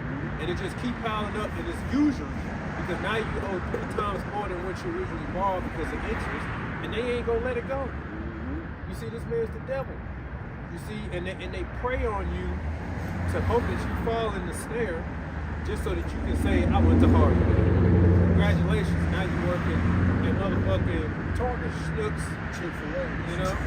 You're working at Target with your bachelor's degree in gender studies, you know? And they think this man way is righteous or something, boy. Yeah. It's the way to be. Or they look down on Yeah. you if you not Yeah. in league with it or following suit. No, hell no. I see that this some Look, bullshit. the same type of motherfucking woman, she'll look down on you if you ain't got no college degree, but you making you in a better position than her. They talking about some, I heard women say, "I don't want no blue collar person." God, I'm like, yeah. the blue collar to keep your fucking house up and going. Yep. You idiot. It's the white collars that's actually suffering right now. Yeah. All the tech companies, Yep. dude, and everybody said, "Oh, it's tech. This tech ain't the place to be right now." Cause here's, I was Those gonna, 6-figure salaries, Salakia, the 200,000, 500,000, them come from tech, okay? And that's like the, you could say the America's backbone. You could say that the tech companies is those big 6-figure salaries. You know what I'm saying? They being laid off. You know? In droves. In droves. Yep. Because the thing about it with the tech companies is, if you weren't actually building something, like being a software developer, database engineer and everything, like where you're actually building something, they really don't need you. Because you just, like, if all you do is just talk to people and shit like that, you know what I'm saying? You really ain't needed. Tech support. Yeah, you doing something and because like a lot of these things, they make up titles to give the people. Like might be like a data analyst or something like that or some shit. Nigga, they don't need you. They got AI to do that now. Chat GPT. Yeah. God.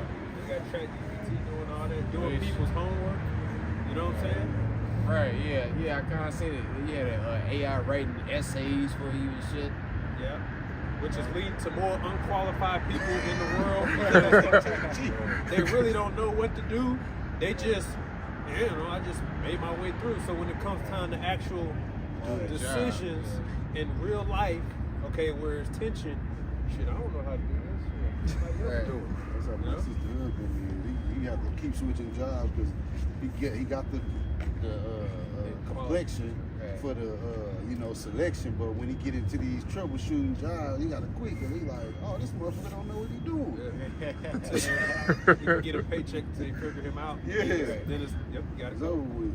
You keep going. It's a video of a Jake that's working at a job as an electrician or some shit.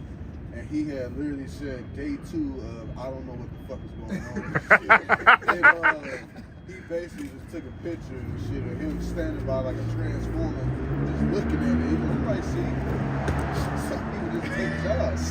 That's dangerous, dude. Yeah, He gonna have to get the hell out of there. He hurt himself. Try this is the book of Job 24, back at the 8th verse. They are wet with the showers of the mountains and embrace the rock for want of shelter. They pluck the fatherless from the breast and take a pledge of the poor. They cause him to go naked without clothing, and they take away the sheaf from the hungry, which make oil within their walls and tread their winepress and suffer thirst. Men groan men groan from out of the city, and the soul of the wounded crieth out. Oh yeah, and hey, he's talking about the veterans, but they the most worst treated people. You know, in this, you know what the law says about or the scripture says about the man of war that suffered poverty. Hey, that's another thing in the ancients. Our people were taken care of, man. If you fought war, you were taken care of. And even if you played the role of a high priest, you was taken care of. You did what, 25 years of service? You turned what, 50? And you good. All you do now is just help the ones under. But we made sure you were taken care of. So the Lord had everything in place to make sure that you didn't just work your whole damn life. You know what I'm saying? That you actually enjoyed the fruits of the earth. You know, he made sure that everything is taken care of. And in our law, that's what we did amongst our people. You see? And it's the Edomites, like we were talking about these homeless Edomites. It's the Edomites that treat each other horribly, because I always found the word Edomite asking me for some money. Shouldn't you be asking your people for some money? And if your big brother Amalek wasn't so damn stingy, y'all should be able to walk into a so-called Jew neighborhood and have a fucking house ready for you and get taken care of. But you know what they gonna do? They gonna call the cops. You got a homeless man on my street, get him out. Here it is, you can set that whole man up and change his whole life, and you won't put a dent in your bank account. And you like, hell no, I ain't giving him shit. You know? But Israel, you know, when we were in our land, we were been known for taking care of ourselves. Let a bunch of Israelites on the street full of houses like the so-called Jews, and let one of our homeless come to them. He gonna get taken care of. He gonna have a place to sleep. He gonna have some food over his head. A roof over his head. He gonna have some food on his plate. Okay, we'll make sure he's gonna be taken care of. Because what's different is that we're Israelites. We were given the laws of the Heavenly Father, and it's gonna come naturally from the inside. You know, here it is. We got these big ass houses, but we see one of our people on the sideline. We're gonna be like, hey man, look, get this man something, make him a plate, bring him in, let him shower, give him the things he needs, put him on the ass, send him on his way. We're gonna take care of him. That's what we would do. But because you people the devil, this is why you have the situation you have. Because you all should be able to go down and if I was a homeless Edomite, I'm walking up to a so-called Jew house. And I'm banging on the door. I'm like, you gonna give me something, motherfucker. You know what I'm saying? You got innumerable fucking bank account. You gonna give me something, motherfucker. They gonna lock your ass What's up. That's me and you, man. When we was doing grass cutting, we were riding around over there. We seen the damn Amalekite's house. They dog house was like that first level over there. Big as hell. I'm like, what the fuck is this? Big ass Doberman come out there, man. I'm like, this is the dog house? Motherfucker was huge. It was made out of stone and brick and all that. Then the main house is like 2-3 stories. I'm like, man, yeah, they got it, man. Nigga dog house got a chicken. Yeah, got a kitchen. Nigga, what this nigga gonna do with these pots and pans? Man, I'm like, wow. But they won't even help their own.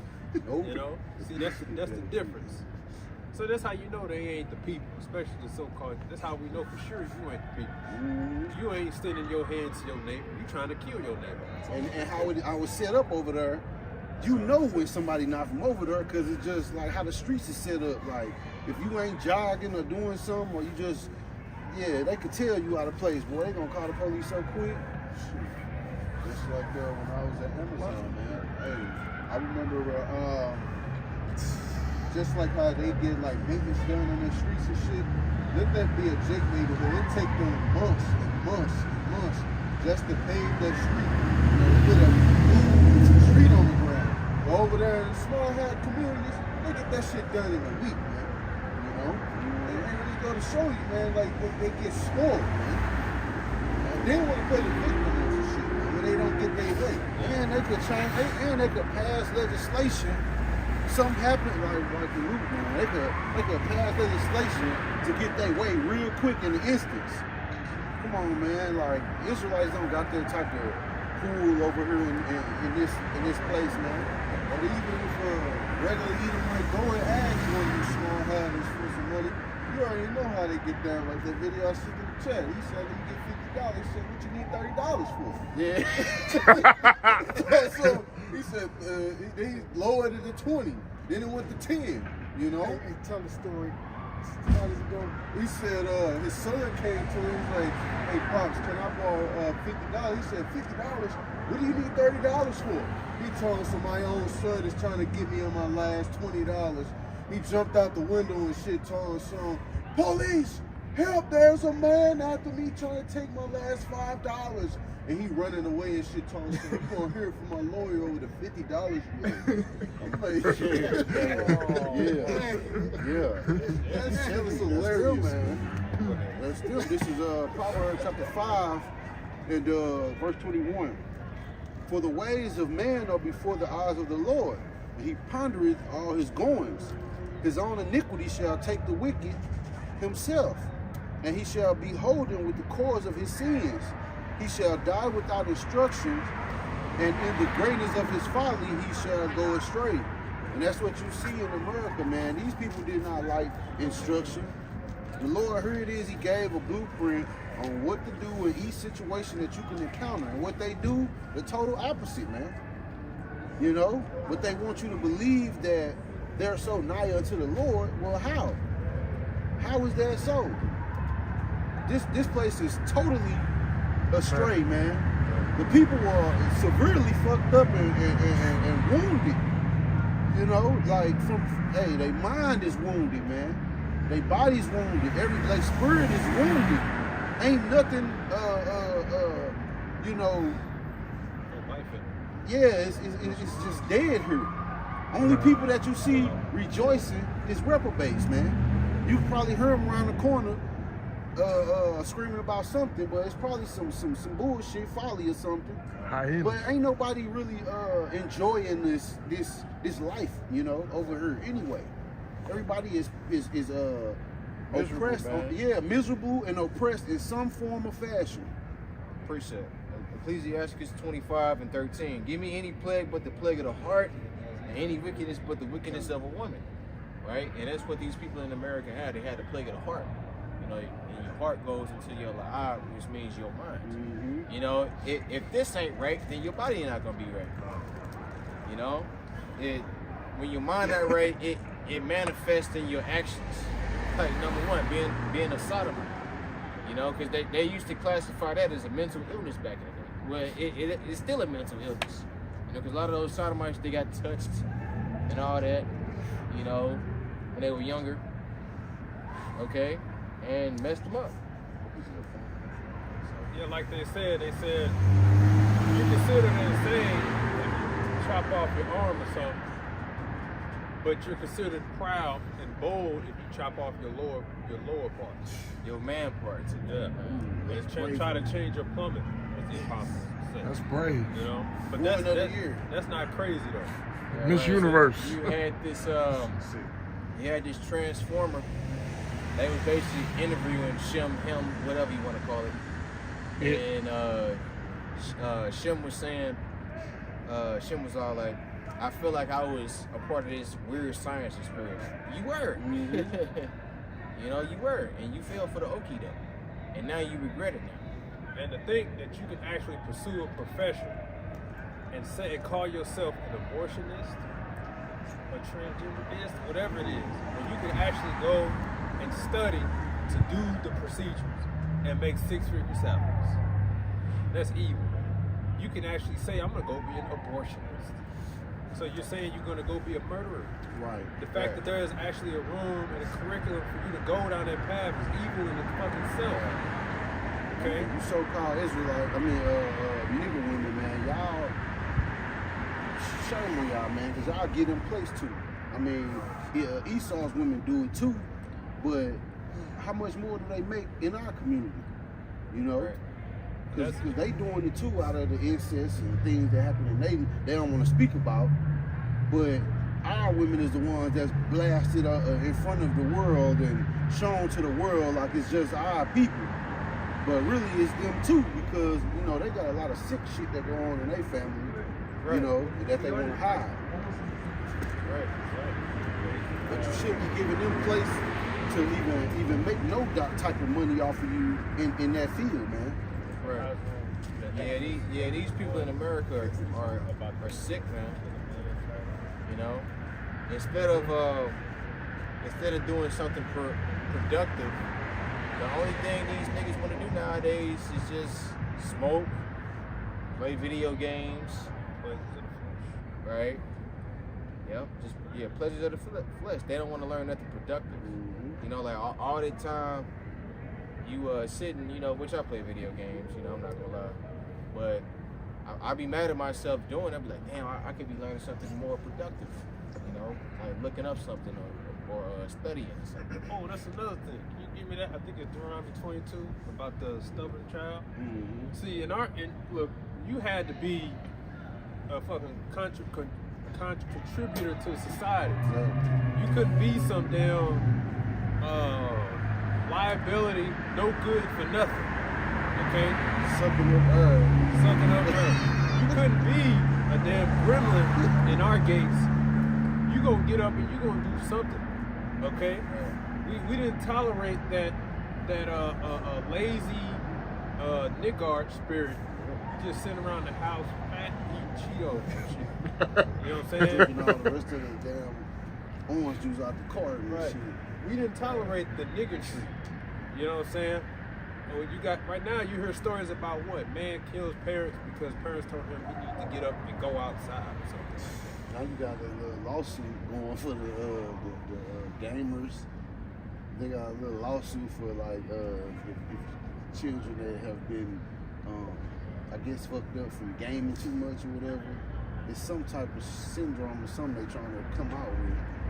But if parents was, Esau didn't put this pressure on parents to just try to be these kids' friends and just try to let them do whatever they want, and if they're happy, then no, man. Y'all cripple this next generation. They good for nothing, damn near.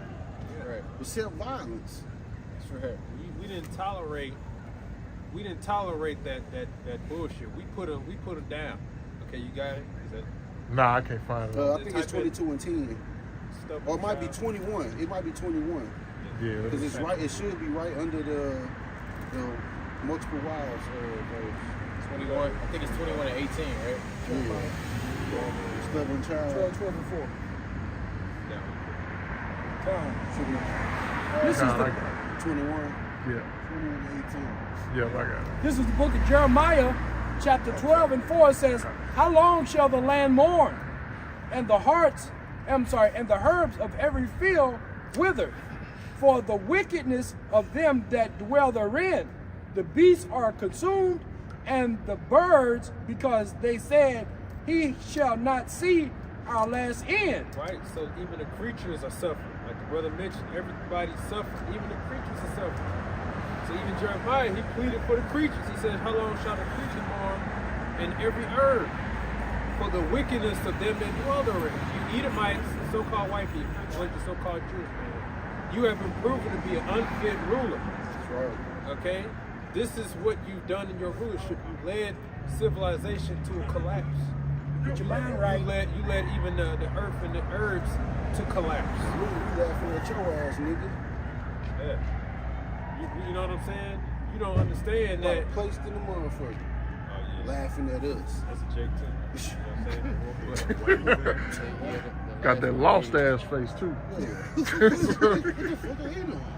We laughing at your ass because you around your enemies and they probably gonna be your demise, man. And believe it or not, you in this truth, even on a worldly level, you more in the know than these claims.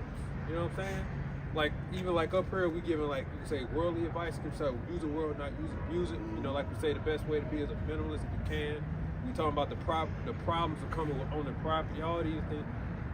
Even the scriptures tell you how to move in wisdom when it comes to like money and stuff like that. Right. Even like with women and stuff like that. You more in the know than any of these grand pill people, any of these economists. You more in the know than them because they don't understand the value of knowing when to save and knowing when to live in the moment. They don't understand that, but the scriptures tell you that. But the devil, Teddy Roosevelt said that the Bible is way better than the college education. Of course, we more knowledgeable. That's why vocab's so mad. He spent 3 years or something like that, which the average tuition for a seminary Bible school is like $30,000. And guess what? The Lord gave it to us for free. He got a problem, and he's starting to copy us. You know, precept. At one point you called it Hebrew hopscotch. Now you're using the word precept. You see, so you can't beat us. Can't do nothing against this truth, man. Exactly. Only for it. So they're mad. So your so-called Bible schools are a joke. Okay, they're literally robbing you of knowledge that the Lord has given you for free. Right. By way of coming right here, we're giving it to you for free. And that's crazy, man. Like even on the regular level, the men of the Lord are some of the hardest workers and knowledgeable people on this job, right? On their jobs, you know. And a lot of them didn't even go to. A lot of us didn't even go to school. And we that's- damn it just the people that did. I told you that for the Edomite trying to fight me at work Yeah. because the job. When Yeah. they got there, they was buying all these equipment that they, you know, like it take certain tools and certain hoses and nozzles and all this. They was just buying it for me, clothes and all. He like, man, I've been here 5 years and they ain't bought me shit. So he was trying to fight me, but you know, like, Yeah, hey, and not only that, that's because Jake asked. You know? And that just reminds you of Joseph, okay? Daniel. Eventually, Jake gon', oh man, see, this how it really should be. Yeah, You know? Exactly. Yeah. Exactly. Yeah. Like, see, look, boss. Hey, this is better if you get this and this Yeah, and that. and yeah, the yeah. other. It's more efficient if you You know know? it this way. You know what I'm That's saying? right. So we had that knowledge. You know what I'm saying? Hey, King Solomon, that man was a genius, as you can say. He knew exactly when to plant, when to do it, how to do it. Cause it's the knowledge, the wisdom of the earth. That's we got the more better scoop than the average, and that's why the Lord said the wisdom of this world is foolishness. You know what I'm saying? Exactly. Call on y'all about your shop for that. The wisdom, man. You know, it's in the scriptures. But your main concern should be the prophecies. Because yes, you can get knowledge of how to handle women, how to deal with money. All this stuff is in the scriptures, but what matters most is really the prophecy. Because faith is what's gonna matter in the end. You know? You had that. Well, you had something, right? God. Go ahead. Yeah, this going to y'all point too. This is Ecclesiasticus chapter 10 and verse 4. And it reads, the power of the earth is in the hand of the Lord, and in due time he will set over it one that is profitable. You know? So the Israelites, you know, we got knowledge of certain things that these other nations don't have knowledge of. Okay? But ultimately, Yahweh Shai is going to come back and set everything back in its proper order, and it's going to be more vibrant. You know? It's going to be something beautiful like the earth never seen before. Plus, all you other nations going to thrive off of us being on top. That's right. You know? That's right. Hey, like brother said, we got answers as of why the earth is the way it is, why men and women are the way they are, right? Why everything. We got the answer to why evil has increased. The love of many shall wax cold. All that Yep, 2 Nephi chapter 4. It tell you that the earth is getting age. We become less stature, you know, weaker, and the people, the evil seed has grown into basically a full tree. That's why you seeing the worst of the worst people. These people ain't got no answers, but all the answers is right here in the scripture. Proverbs, I got a quick one. Proverbs 49, verse 2. When the righteous are in authority, the people rejoice, but when the wicked bears rule, the people mourn. Edomites being in power, man, hey, everybody is suffering under this man's rulership, man. Even Edom. Especially Edom. You, I seen the story, Salakia, but I seen the story that you brought that up. This fucking Edomite guy killed his whole family and told him, like, call the police and said, come on, because I'm about to turn the gun on myself. They like, what? They steady trying to talk to him. All you hear was, wow. Like, he wasn't bullshit. He told him, come on, clean this up. I'm at this address. Whatever, I just took all my grandkids out of my kids and my wife, and I'm next. I said, wow, like, you got to be fucked up, you know? Yeah, and that's how you know that Esau is destined for deletion. Mm-hmm. You know, because hey, even he know himself that he fucked up.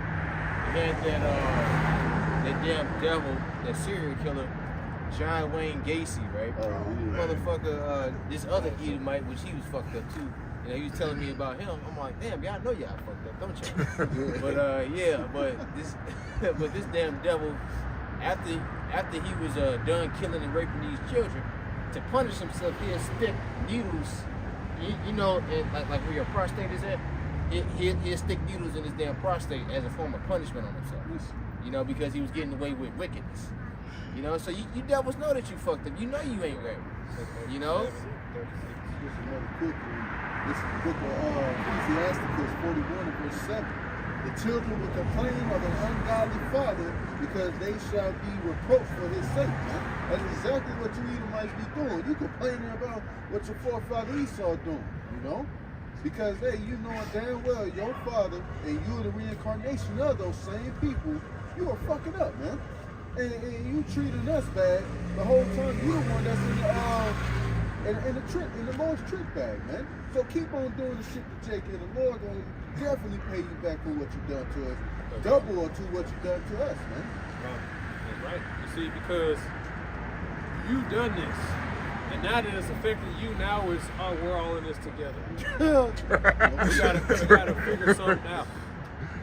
It wasn't like that when you had us in slavery. Right. Because in slavery, you didn't even want us to use the same water fountain, which I would have been in agreement. I'd been in agreement with that.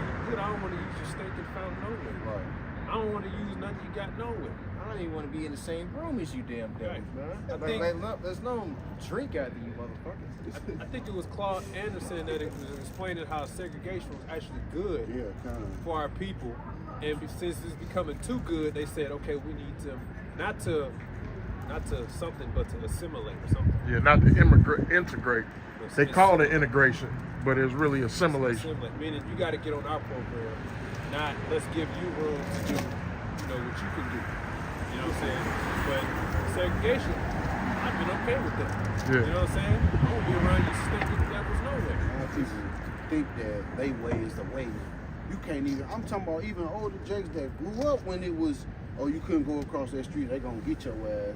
They think that, like, how do you forget? They think, oh, well, you ain't doing right. You gotta do right. Man, don't you see that shit don't work? We was better off then. Yeah, we were better off.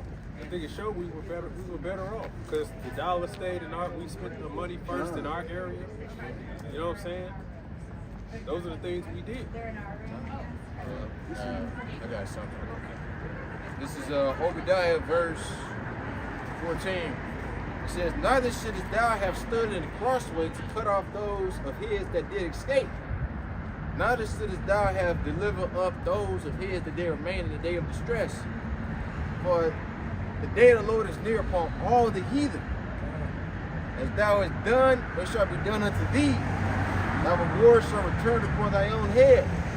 For as ye have drunk upon my holy mountain, so shall all the heathen drink continually.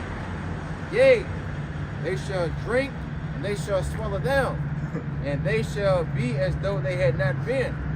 But upon Mount Zion shall be deliverance, and there shall be holiness, and the house of Jacob shall possess their possessions, and the house of Jacob shall be a fire, and the house of Joseph a flame, and the house of Esau for stubble.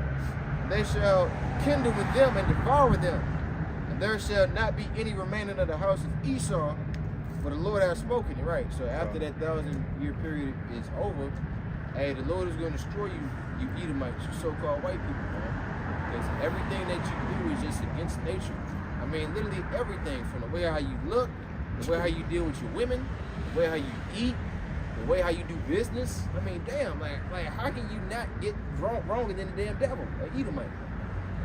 And to add to that, like with the segregation thing, yeah, it was good for us, man, because it's a video out there of a civil rights activist, trying some Edomite food for the first time, an all-white restaurant. And he basically like, man, this is the lousiest fucking food I ever had, man. It's going to show you, man, like, we better off being on our own turf, man. Because how you Edomites eat, we don't eat like that, man. Y'all like y'all steak rare, we don't. We like our shit cooked. And seasoned. It's seasoned. Now, Jake nowadays, yeah, let me get medium rare. That's because the devils put that into Jake's head. Yeah, the steak's more juicy when it's like But you can get a well-done steak that's juicy. All you gotta do is put your vegetables on the bottom and put the steak on top. Steam it, man, that motherfucker gonna fall apart. Now you got Esau doing the rotten meat challenge, where this motherfucker eating raw rotten meat. See, but see, they like that shit, man. They like that shit. I knew some Edomites that would eat raw bacon, man.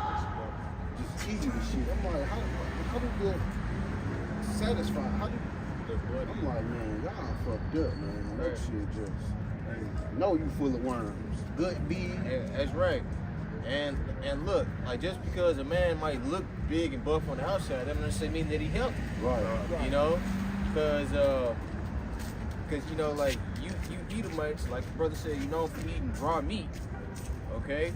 This damn bodybuilder, this motherfucker had hundreds and hundreds of worms in his body, so, not Liver King, but it was just a bodybuilder, period. But now they ain't doing X-ray, but they had them cut open. They just pulling out all type of fucking worms and shit.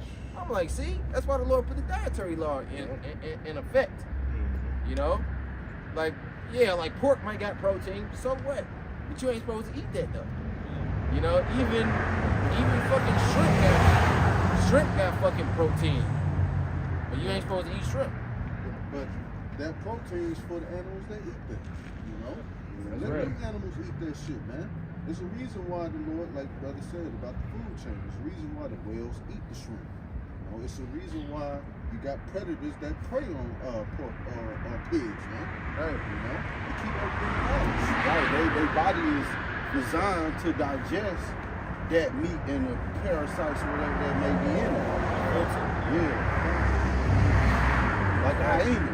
You fucking die if you eat some hyena meat, man. They so full of parasites and all type of shit. It's a predatory animal. A lion ain't even gonna eat a hyena. They just kill them because they know it's business. Right. They got the same prey, so a hyena is a natural ops.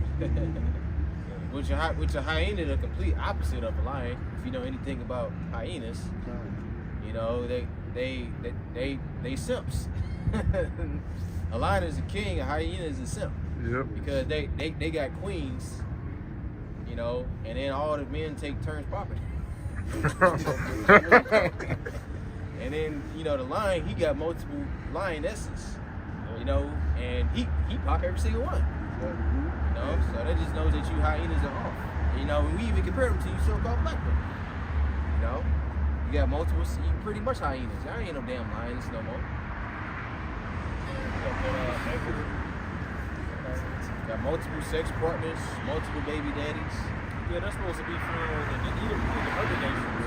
Like somebody put up a video or a picture that showed how the Romans wore clothes. Same thing. They're walking around with basically booty shorts on, it's real slim. You know, everything showing leggings, all that. That's how they live, cavemen. They live basically close to naked as possible. Whereas our women, you're supposed to be covered up. Go ahead. Verse 13. River water and shit, swimming in. This is Exodus chapter 1 and verse 13. It reads, "And the Egyptians made the children of Israel to serve with rigor. They made their lives bitter with hard bondage, and mortar and brick, all manner of service in the field. All their service, wherewith they made them serve, was with rigor. The king of Egypt spake to the Hebrew midwives, of which the name of the one was Shiphrah, and the name of the other was Puah. And he said," which would be the king of Egypt, "and he said, when ye do the office of a midwife to the Hebrew woman, and see them upon the stools, if it be a son, then ye shall kill him. But if it be a daughter, then she shall live. But the midwives feared Yahweh, and did not as the king of Egypt commanded them, but saved the men children alive. The king of Egypt called for the midwives, and said unto them, Why have ye done this thing, and have saved the men children alive?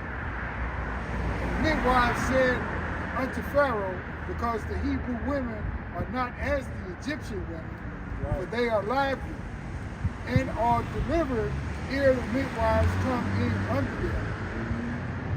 Therefore Yahweh dealt well with the midwives, and the people multiplied and waxed very mighty." Yeah, you see, those were what I would call real women. And they said, we ain't listening to the devil, and we ain't gonna do that. And what they basically said was, oh, well, what's happening is they're having babies too fast. By the time we get there, it's too late. Yes, they basically lied, you know what I'm saying? Because they fear Yahweh. Nowadays, the average woman you meet probably has an abortion. She got an agenda to get one before she get pregnant. Yeah, and there's a lot of consequences that come with that. They damage their uterus. They can damage them having children anymore in the future. Then they have a continual smell you can't get rid of it. Yeah, so you just know it's evil. You see, but the devil did that as a way to try to destroy what? The men, because they know that ultimately the men are the prize. The men is the leader, and with one man can bring back It's a damn tribe. It's a whole tribe.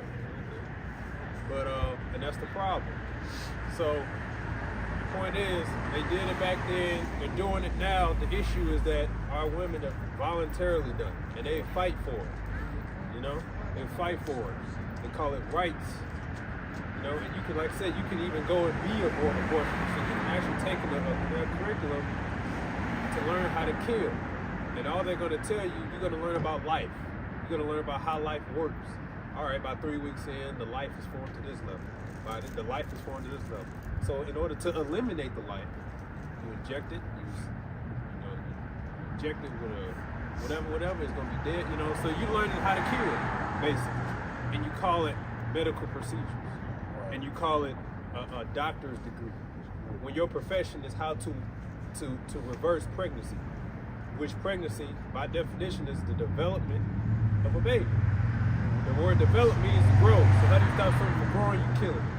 So your profession literally is kill, is a murderer. I'm a killer. When you say I'm abortion, you say I'm a killer. You know what I'm saying? I know how to kill.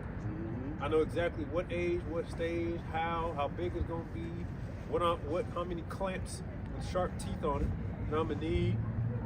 Okay? If I gotta press down, you're just a professional fucking murderer. And these people get 6-figure fucking salaries, man. Yeah. You know what I'm saying? And to add to that, I was watching some video and it fucked me up in the head, man. It pissed me off because black women go so fucking hard for this shit. The video basically described how they killed the child. They literally stick the needle in the woman's womb into the uterus and basically inject something to stop the baby's heart and shit. Guy Johnson. That is fucking wicked, man. You know? Kills it, and then it come the next day, up to dead. Now begins the extraction process, where we break it in pieces. You got one person there with a clipboard checking to make sure that for both arms, the head, the brain, the heart, all those things. And again, they're taking those remains and they're putting it in the lab. Now they're selling it to the small Selling it. They selling it to McDonald's and all these other Just motherfuckers. putting it in the lab, yeah, and all this shit. That's what they're doing. You know what? I seen a video. I don't know if the guy was a Jake, but surely an Edomite wouldn't get depressed after years of having this profession. But he looked like he was an Edomite, but he said he had to give it up because he was just like, I'm just murdering these kids. Like, he said that shit started to weigh on me and affect me. I just couldn't do it. So he was doing like a little tell-all or whatever. And he looks like an Edomite, but surely a true Edomite wouldn't get depressed over killing. They'd be happy. You ain't changing nobody's life. She's a whore, so you freeing her from her responsibility to go out and be a whore. Yeah. That's all you're doing. Yeah. And of course, women gonna love it because women are evil. And for the record, if you've done that, or even if you're a man that paid for that, you gotta repent because that's serious. That's right. Okay, the Lord can hold that to you because you know men do it, you know, to get off the hook. You know what I'm saying? Cool, hold you. I ain't no killer, you did. I gave you the money, but you wouldn't give. Nigga, you guilty too, though. Guilty. Because you did it. You paid for it. You know what I'm saying? That means you was in cahoots with the child sacrifice. You an accomplice. It goes back to offering your children to Molech. Yeah. Back then, they waited till it was born to kill it, put it in the fire, literally. You doing it now. We just gonna have to just be a man and accept the responsibility. Yeah. That's it. Exactly. You know, and leave it up to the Lord, you know. If the baby get miscarried, it get miscarried. If it be born, it get born. Yeah. And the responsibility falls on you. Well, you knew what you was doing, so are you gonna say, well, I just didn't want to kid with her. Well, why you in it? You gotta be responsible, man. Like Right. that's what the Lord requires. You know what I'm saying? You can't just kill. Well, I want to be off the hook. You know what I'm saying? That's evil. And that's another reason why this place got to fucking go. I think like 100,000 babies every day are killed. Y'all 100,000. make it accessible for these people to do it. Yeah, and you protect them. Mm-hmm. You know? Yeah, man. There's just so many reasons why this place got to be destroyed. It all boils down to poor and wicked leadership. That's right. By you Edomites, you so-called white people. This is why you're going down. This is why you're losing your pensions. This is why, okay, your society is falling. Okay, this is why you're going down. All right, because of your wicked and evil dealings with the earth, with the planet, with the creatures, with nature, because you're boasting against the Most High, Yahweh. So that's why the society is going down. Okay, it's going down because of the poor leadership of the so-called white race. Okay? Right. You destroyed the earth. All right? You've all destroyed the earth, so the Lord got to come and destroy you. That's right. And they know it's true. They know it's true. Did you find that? Did you find that? Yeah.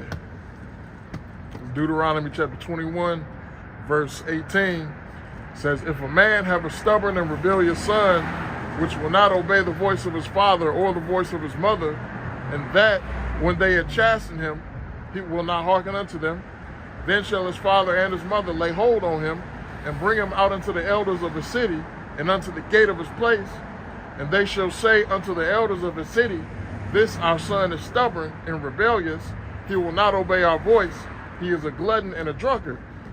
And all the men of the city shall stone him with stones, that he die. So shalt thou put away evil from among you, and all Israel shall hear and fear. See? So did the Lord tolerate Nickars, YNs, and a bunch of no good nothings just sitting up under their mama's roof, okay, eating, getting fat, you know what I'm saying, talking about some make me a sandwich, Right. don't want to do nothing with himself, don't want to go out there and start his own family, don't want to get nothing going. Do we tolerate that? Hell no. I like it when you make a mama. Right, that's that baby boy and David spirit. Hey, mama, can you make me a sandwich? Make your own damn sandwich. Here it is. You know, you got your father, your mother, and he's no good. Guess what? In the scriptures, we got rid of him. We didn't tolerate that niggatry, man. It's like that video I did of that nigga in here in St. Louis that tortured his mama and dad, man, in the basement, and his sister over an argument he had with his sister, which when you look, she seemed to be a little, you know, on the spectrum or whatever. But what the fuck? If y'all, man, see, in ancient times, he would have been up out of here, man. Because you see little signs of that wickedness and that fucking niggar shit early. But you know, in this place, it make you weaker. And oh, my baby, and my this and my that, and you can't discipline them because they can call the cops. Right. You know, this shit. Like even a whore, man. That bitch was burnt alive. Mm-hmm. You know, like I think it was I forgot who said it. I think it was the Elder Menazajaba that said it. You know, like the law, statutes, commandments, it was harsh, but it was necessary. Right. You know, like niggas getting stoned to death, or a hoe getting burnt up. You know. Yeah, that's the priest's daughter. Right. Damn hoe. And it's what they say, to put evil away from Israel. So you see this, and you see these results and these consequences, you would think twice about doing certain shit. And then, you don't think about going into another man's wife because you can. But if I get caught, you know, it put that in your mind. And that shit spread, man. This shit is like a cancer. You know? Because like those mindsets spread. And it's important to keep yourself filtered. You know, to see like, to pay attention to what you watch and what you're listening to. Because those type of mentalities can get transferred into your spirit. You know? I can't listen to fucking trap music, man. This nigga talking about man, what's that old punk ass nigga name? Fuck, I done forgot his name. 40 hours. But yeah, this nigga talking about something. Hey, the motherfucking preacher, I'm more comfortable with demons. I gotta turn it off this bullshit, man. I'm a fucking preacher, nigga. I ain't comfortable with no damn demons. Or shit. Get them shits off of me, man. I want to get away from niggas that's comfortable with demons. Can you find that for me in the law? Oh, yeah.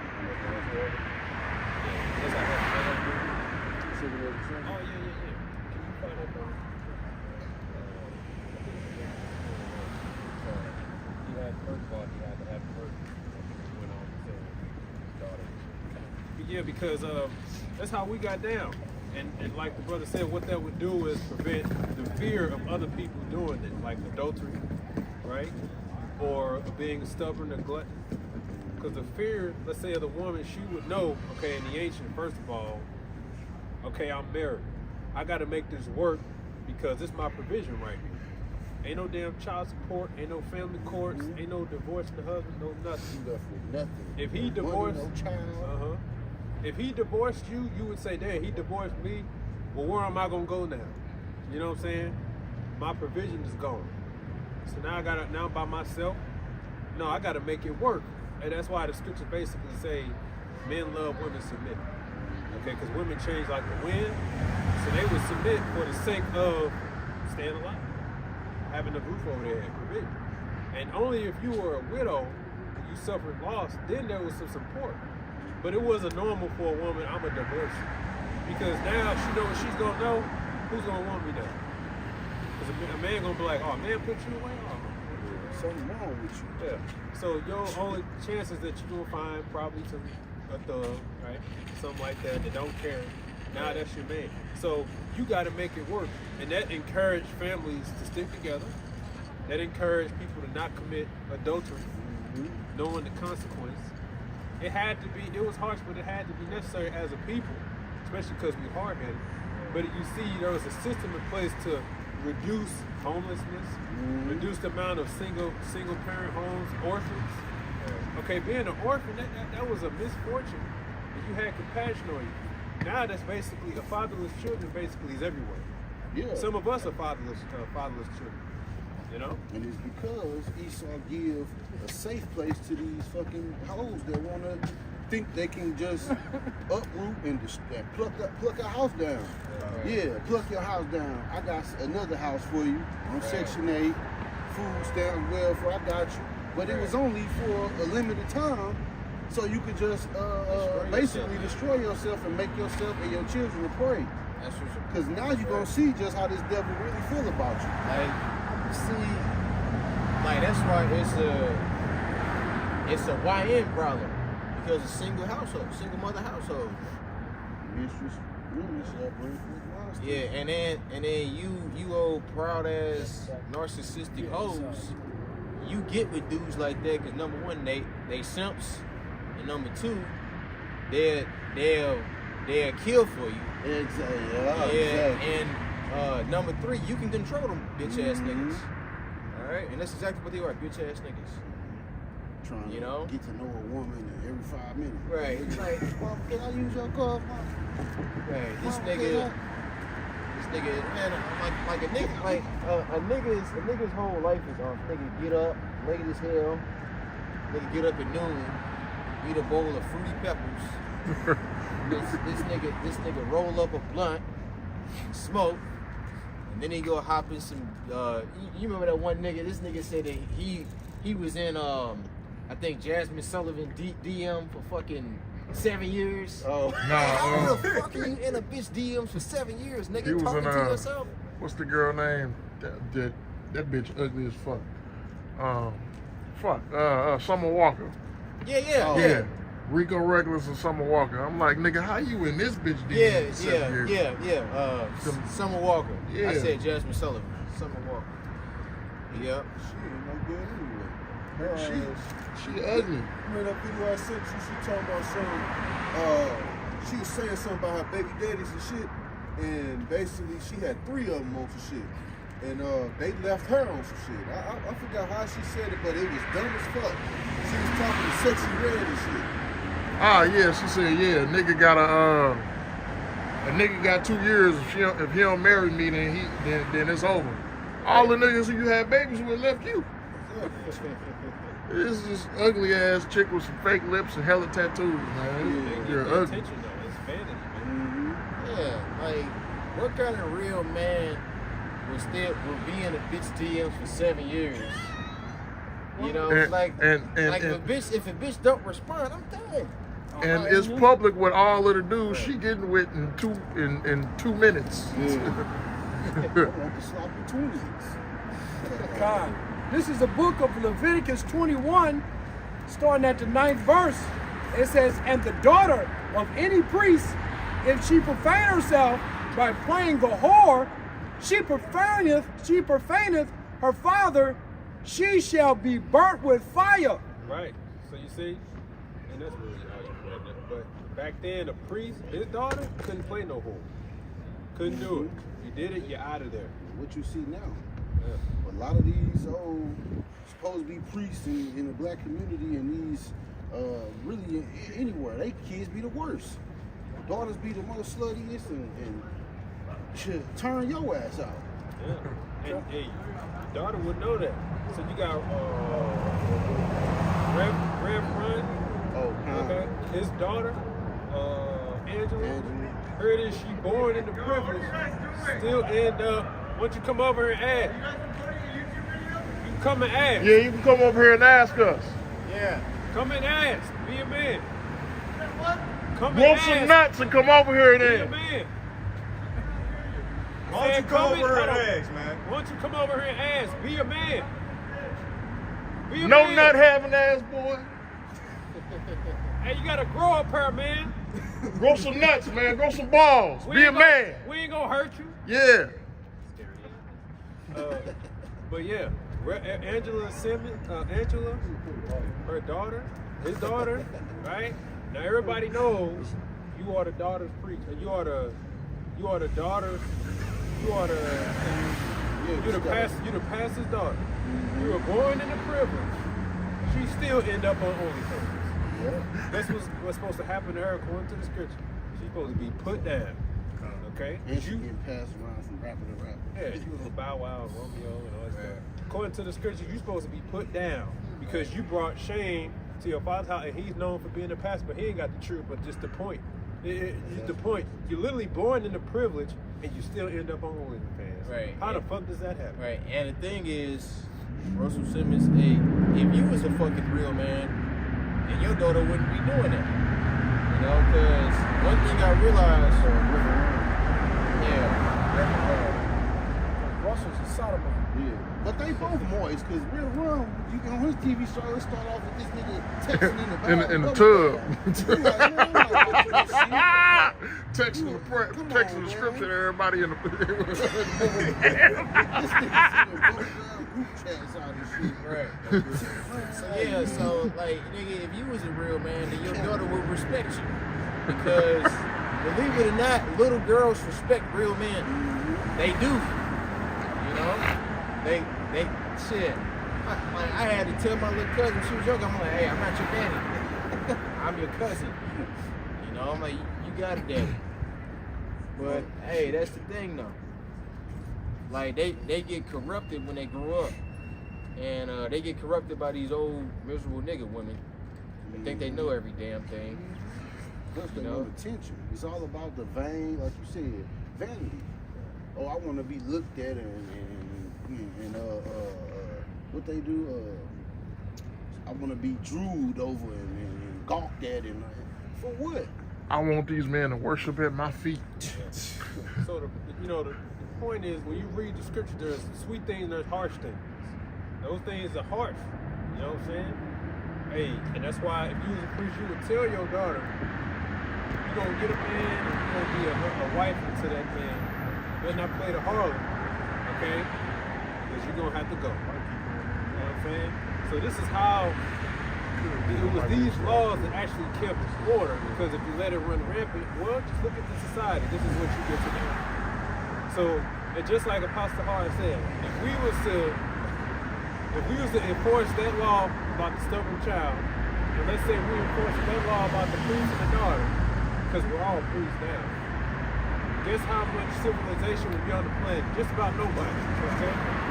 That's how much killing would have to be done because of order, okay? And because of stubborn, wicked niggas. That's how much killing would have to be done if these laws were in effect starting today, okay? It would be a no man's land about how many people just gotta disappear. You know? Yeah. Only newborn babes will be left. But then they won't have nobody to take care of them. You go ahead and read that. That will probably be our last one. You see, we got the answers according to the scriptures. The world don't have the answers. The scriptures have the answer. You know? This is 2nd Ezra chapter 7 and verse 36. Then said I, Abraham, pray for the Then said I, Abraham, pray first for the Sodomites, and Moses for the fathers that sinned in the wilderness, and Yahweh after him for Israel in the time of Achim, and Samuel and David for the destruction, and Solomon for them that should come to the sanctuary, and Helios for those that receive rain, and for the dead that he might live,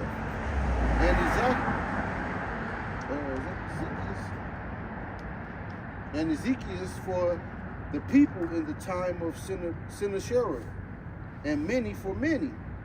Even so now, seeing corruption is grown up and wickedness is increased, and the righteous have prayed for the ungodly, wherefore shall it now be so,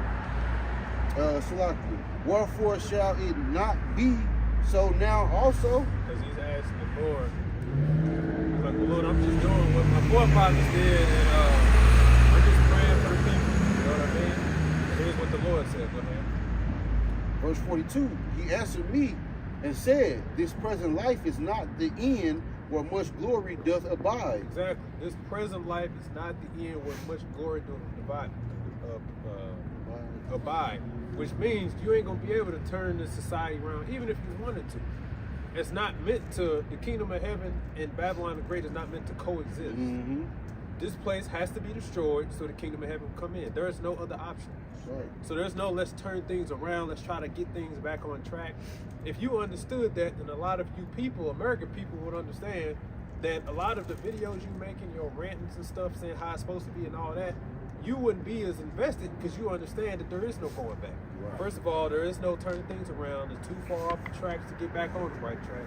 The Lord is coming to destroy this place, so you would know, like, well, shit, I'm gonna fuck this place. I'm letting go, because I'm telling you, I'm around people all day that are stressed over retirement, and here it is, they 40-something. They just stressed out over it because the uncertainty is around the corner. They got children, they trying to set themselves up and their children up, but if only they just understood the scriptures, then they would know, like, I don't have to worry about that. But the Lord gonna come destroy this motherfucker. All I have to worry about really is right now. And like me personally, I look at everything within the scope of a year at most. You know? So everything I do, I operate is within the scope of a year because I know in an instant things can change. So I'm not thinking about 20 fucking years from now. I'm thinking about this and setting up a nest egg for that. I'm thinking about, okay, we're put a little cushion here, you know, happen every few months, and turning this. You just never know. I'm not thinking about, let me invest in a trust fund. That way, tuition fund. that way by the time 15 years from now, I should have it. I'm not thinking about that. I'm free. You know what I'm saying? So the Lord said, this current life is not where glory must abide. It's preserved and reserved for the kingdom of heaven. You see? So there is no turning these people around. The love of many shall wax cold. That's why you got all this evil ramping up. We understand why. Like the brother said, 2nd Ezra. It really gives you the insight on that. Why the evils are so near. Okay? And it has to get to a certain height. For it to be destroyed. Yahweh himself said, these are the times of coming in. So that's the New Testament. But a lot of you Christians ignoring that. He said everything that's happening now is a sign for you to know that I'm coming. And you should be happy, but you're mad. Because you really don't want him to come. That's right. You want him to stay away. And even Israelites don't want him to come. The guys in purple, they don't want him to come. Zakari, they don't want him to come. WFI, they don't want him to come. Okay? They're denying. Oh, okay. You like us, huh? Yeah. Fringes on the You know, denying the mark of the beast, being the chip, you don't want the Lord to come. Because you should be happy as hell. That's cool. You should be happy as hell to know, man, we about to get out of here. You don't want it to come. Because you don't want the Lord to come. That's right. You just want to stay here, make rap videos, okay, and be Israelite in America. But here it is, you got inflation going up, okay? You still got to work. And when the bubble collapses, what y'all gonna do? That's why the Lord said, we will definitely hit it off on that. That's why I give you Proverbs, Jeremiah 5:30. Read that verse again. Back in 2nd Ezra 7, and verse 42. He answered me and said, This present life is not the end, what much glory doth abide. Therefore have they prayed for the weak. Right, so what they were praying for ultimately was Israel to be right. You know what I'm saying? Be holy and righteous and all that. If we made that prayer now, it wouldn't make sense because we understand that 2/3 have to be destroyed. They have to be. You understand? The scripture said the whole head is sick. Then they have to enter the new covenant, and then we'll be whole and clean again. You ain't gonna force all the Jake to get it done. You understand? So that's another sigh of relief. Because you know your family, your friends, the first ones you really want to get it, but then you understand like you get it. Otherwise, you're gonna be arguing up all day. Eventually, And vexed his head, man. eventually you get to the point where it's whatever. I'm done. Believe what you want, eat what you want, do what you want. The Lord already said 2/3 ain't gonna get it. And the results start showing, man. The results start showing. I said it. And now they gotta see it for themselves. You gotta see it for yourself. You want your women to fall in line? Look, Isaiah 4:1. Yeah. It's around the corner. Prophecy is the only answer. They're not gonna get in line on their own. They have to see it for themselves. They don't believe you. They don't believe you. That's what it boils down to. When they see all hell breaks loose, that's when you're gonna see a change in behavior. That's the only answer to trying to fix them. Let the prophecy fix them. I wouldn't invest that, but you look, I already know what's gonna happen in a few months, so I ain't worried about it. You know, bitch, I'm trying to get you to see. Let the prophecy, let them see the prophecy. Then that's where they're gonna see. You know, let that convince them. And trust me, they may be dumb. I mean, they may be dumb, but they're not stupid. They know every word you tell them. They hold on to it. America gonna be destroyed. Talking about it. This whole society isn't talking. And when that happens, them female instincts gonna kick in and survive. I gotta find that guy, and they gonna find him. Hey, big deal. So I was trying to reconnect. Yeah. Hell, They say they got your number. Say don't think that I ain't talked to her in years. She got your number, man. She keep. You gotta understand how resourceful they are. They will survive by all means. If they know how good they were with you, but they ran to another man, they got your number. And when the time comes, I'm calling Mario. You know what I'm saying? It's gonna happen. It's gonna happen. It's like some shit that I used to talk to and shit when I think it was around COVID or whatnot, and I'm talking about like before it got bad, I told her about the truth, and when COVID had set in, that's when people thought the end was gonna be there. She was talking to me on the phone. She was like, "Yeah, I still remember the names of the Lord and stuff like that." Then when shit died down, she just stopped talking to me. So I'm like, okay, it takes a little bit of hell for you motherfuckers to get back in line. So I'm just like, okay. That's the answer. That's how I look at it when it comes to my mama, when it comes to my son. Look, I already told you. Okay. And the Lord gonna save some of them, like your family, because He know that they. The scriptures talk about a person to give a prophet a cup of cold water. You know, like your mother buy you clothes, or shoes, or whatever, or food. She gonna get a blessing for that. Just back in 2nd Ezra 7 in verse 43. But the day of doom shall be the end of this time, and the beginning of the immortality for to come, wherein corruption is past, intemperance is at an end, infidelity is cut off, righteousness is grown, and the truth is sprung up. There it is. So the Lord basically said, when this place is destroyed, then your heart will rest in achieving what you want to achieve, which is perfection, healing for all. It has to happen. So you said the day of doom shall be the end of this place, man. You can't pray it away, can't do nothing, you can't offset the prophecy.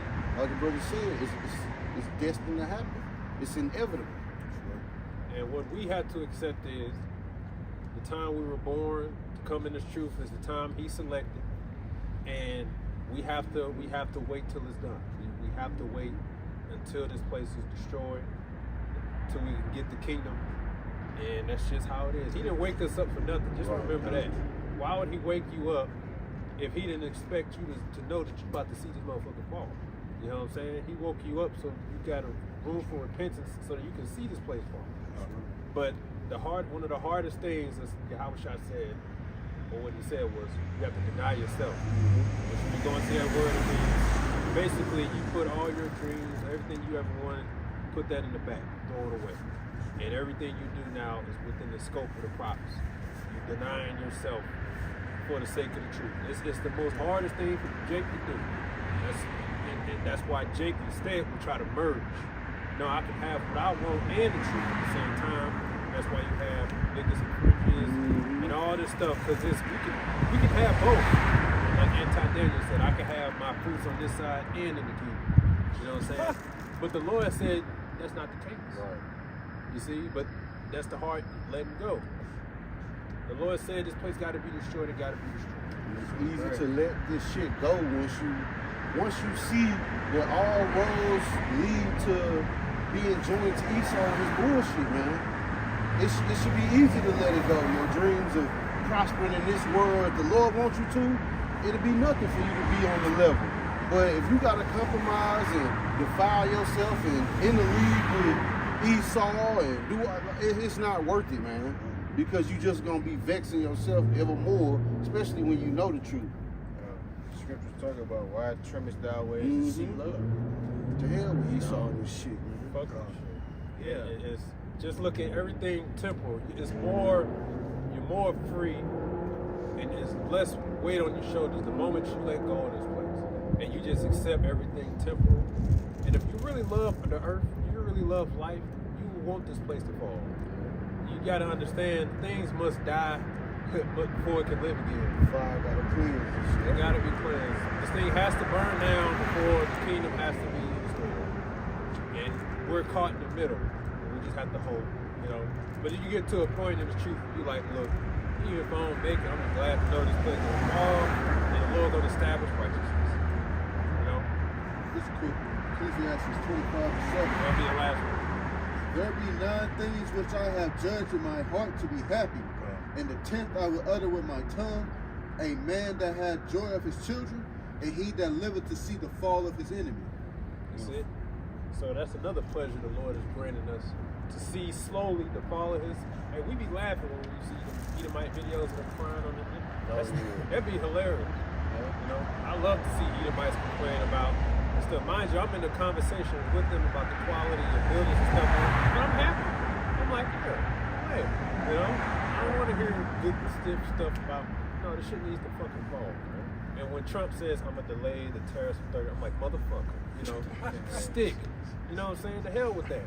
Just like Jake got it when they delayed that protest of the East Coast of the cargo. Yeah. And Jake got so, I'm so glad they stopped that. It would have been bad. I'm like, fuck that. That shit should have stayed. You know what I'm saying?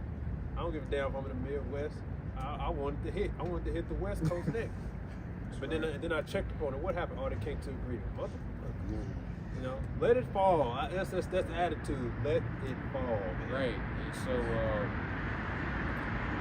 starting off with our main enemies, Esau, Edom, and the other nations, but you 2/3 too. We want to see y'all fall too, because y'all making our nation look bad. Number one, and y'all not repenting. So, of course, and on top of that, y'all oppressed the men of the Lord. Okay, like niggas like Anton Daniels, you gotta go. You gotta go. In the kingdom, you'll be right. That's right. We'll see you there. Y'all got anything else? So with that, we're going to give our praises too. Yahweh, Ba'ashem, Yahushua, Ba'ashem, Rakakwadash. Until next time, shalom. Shalom.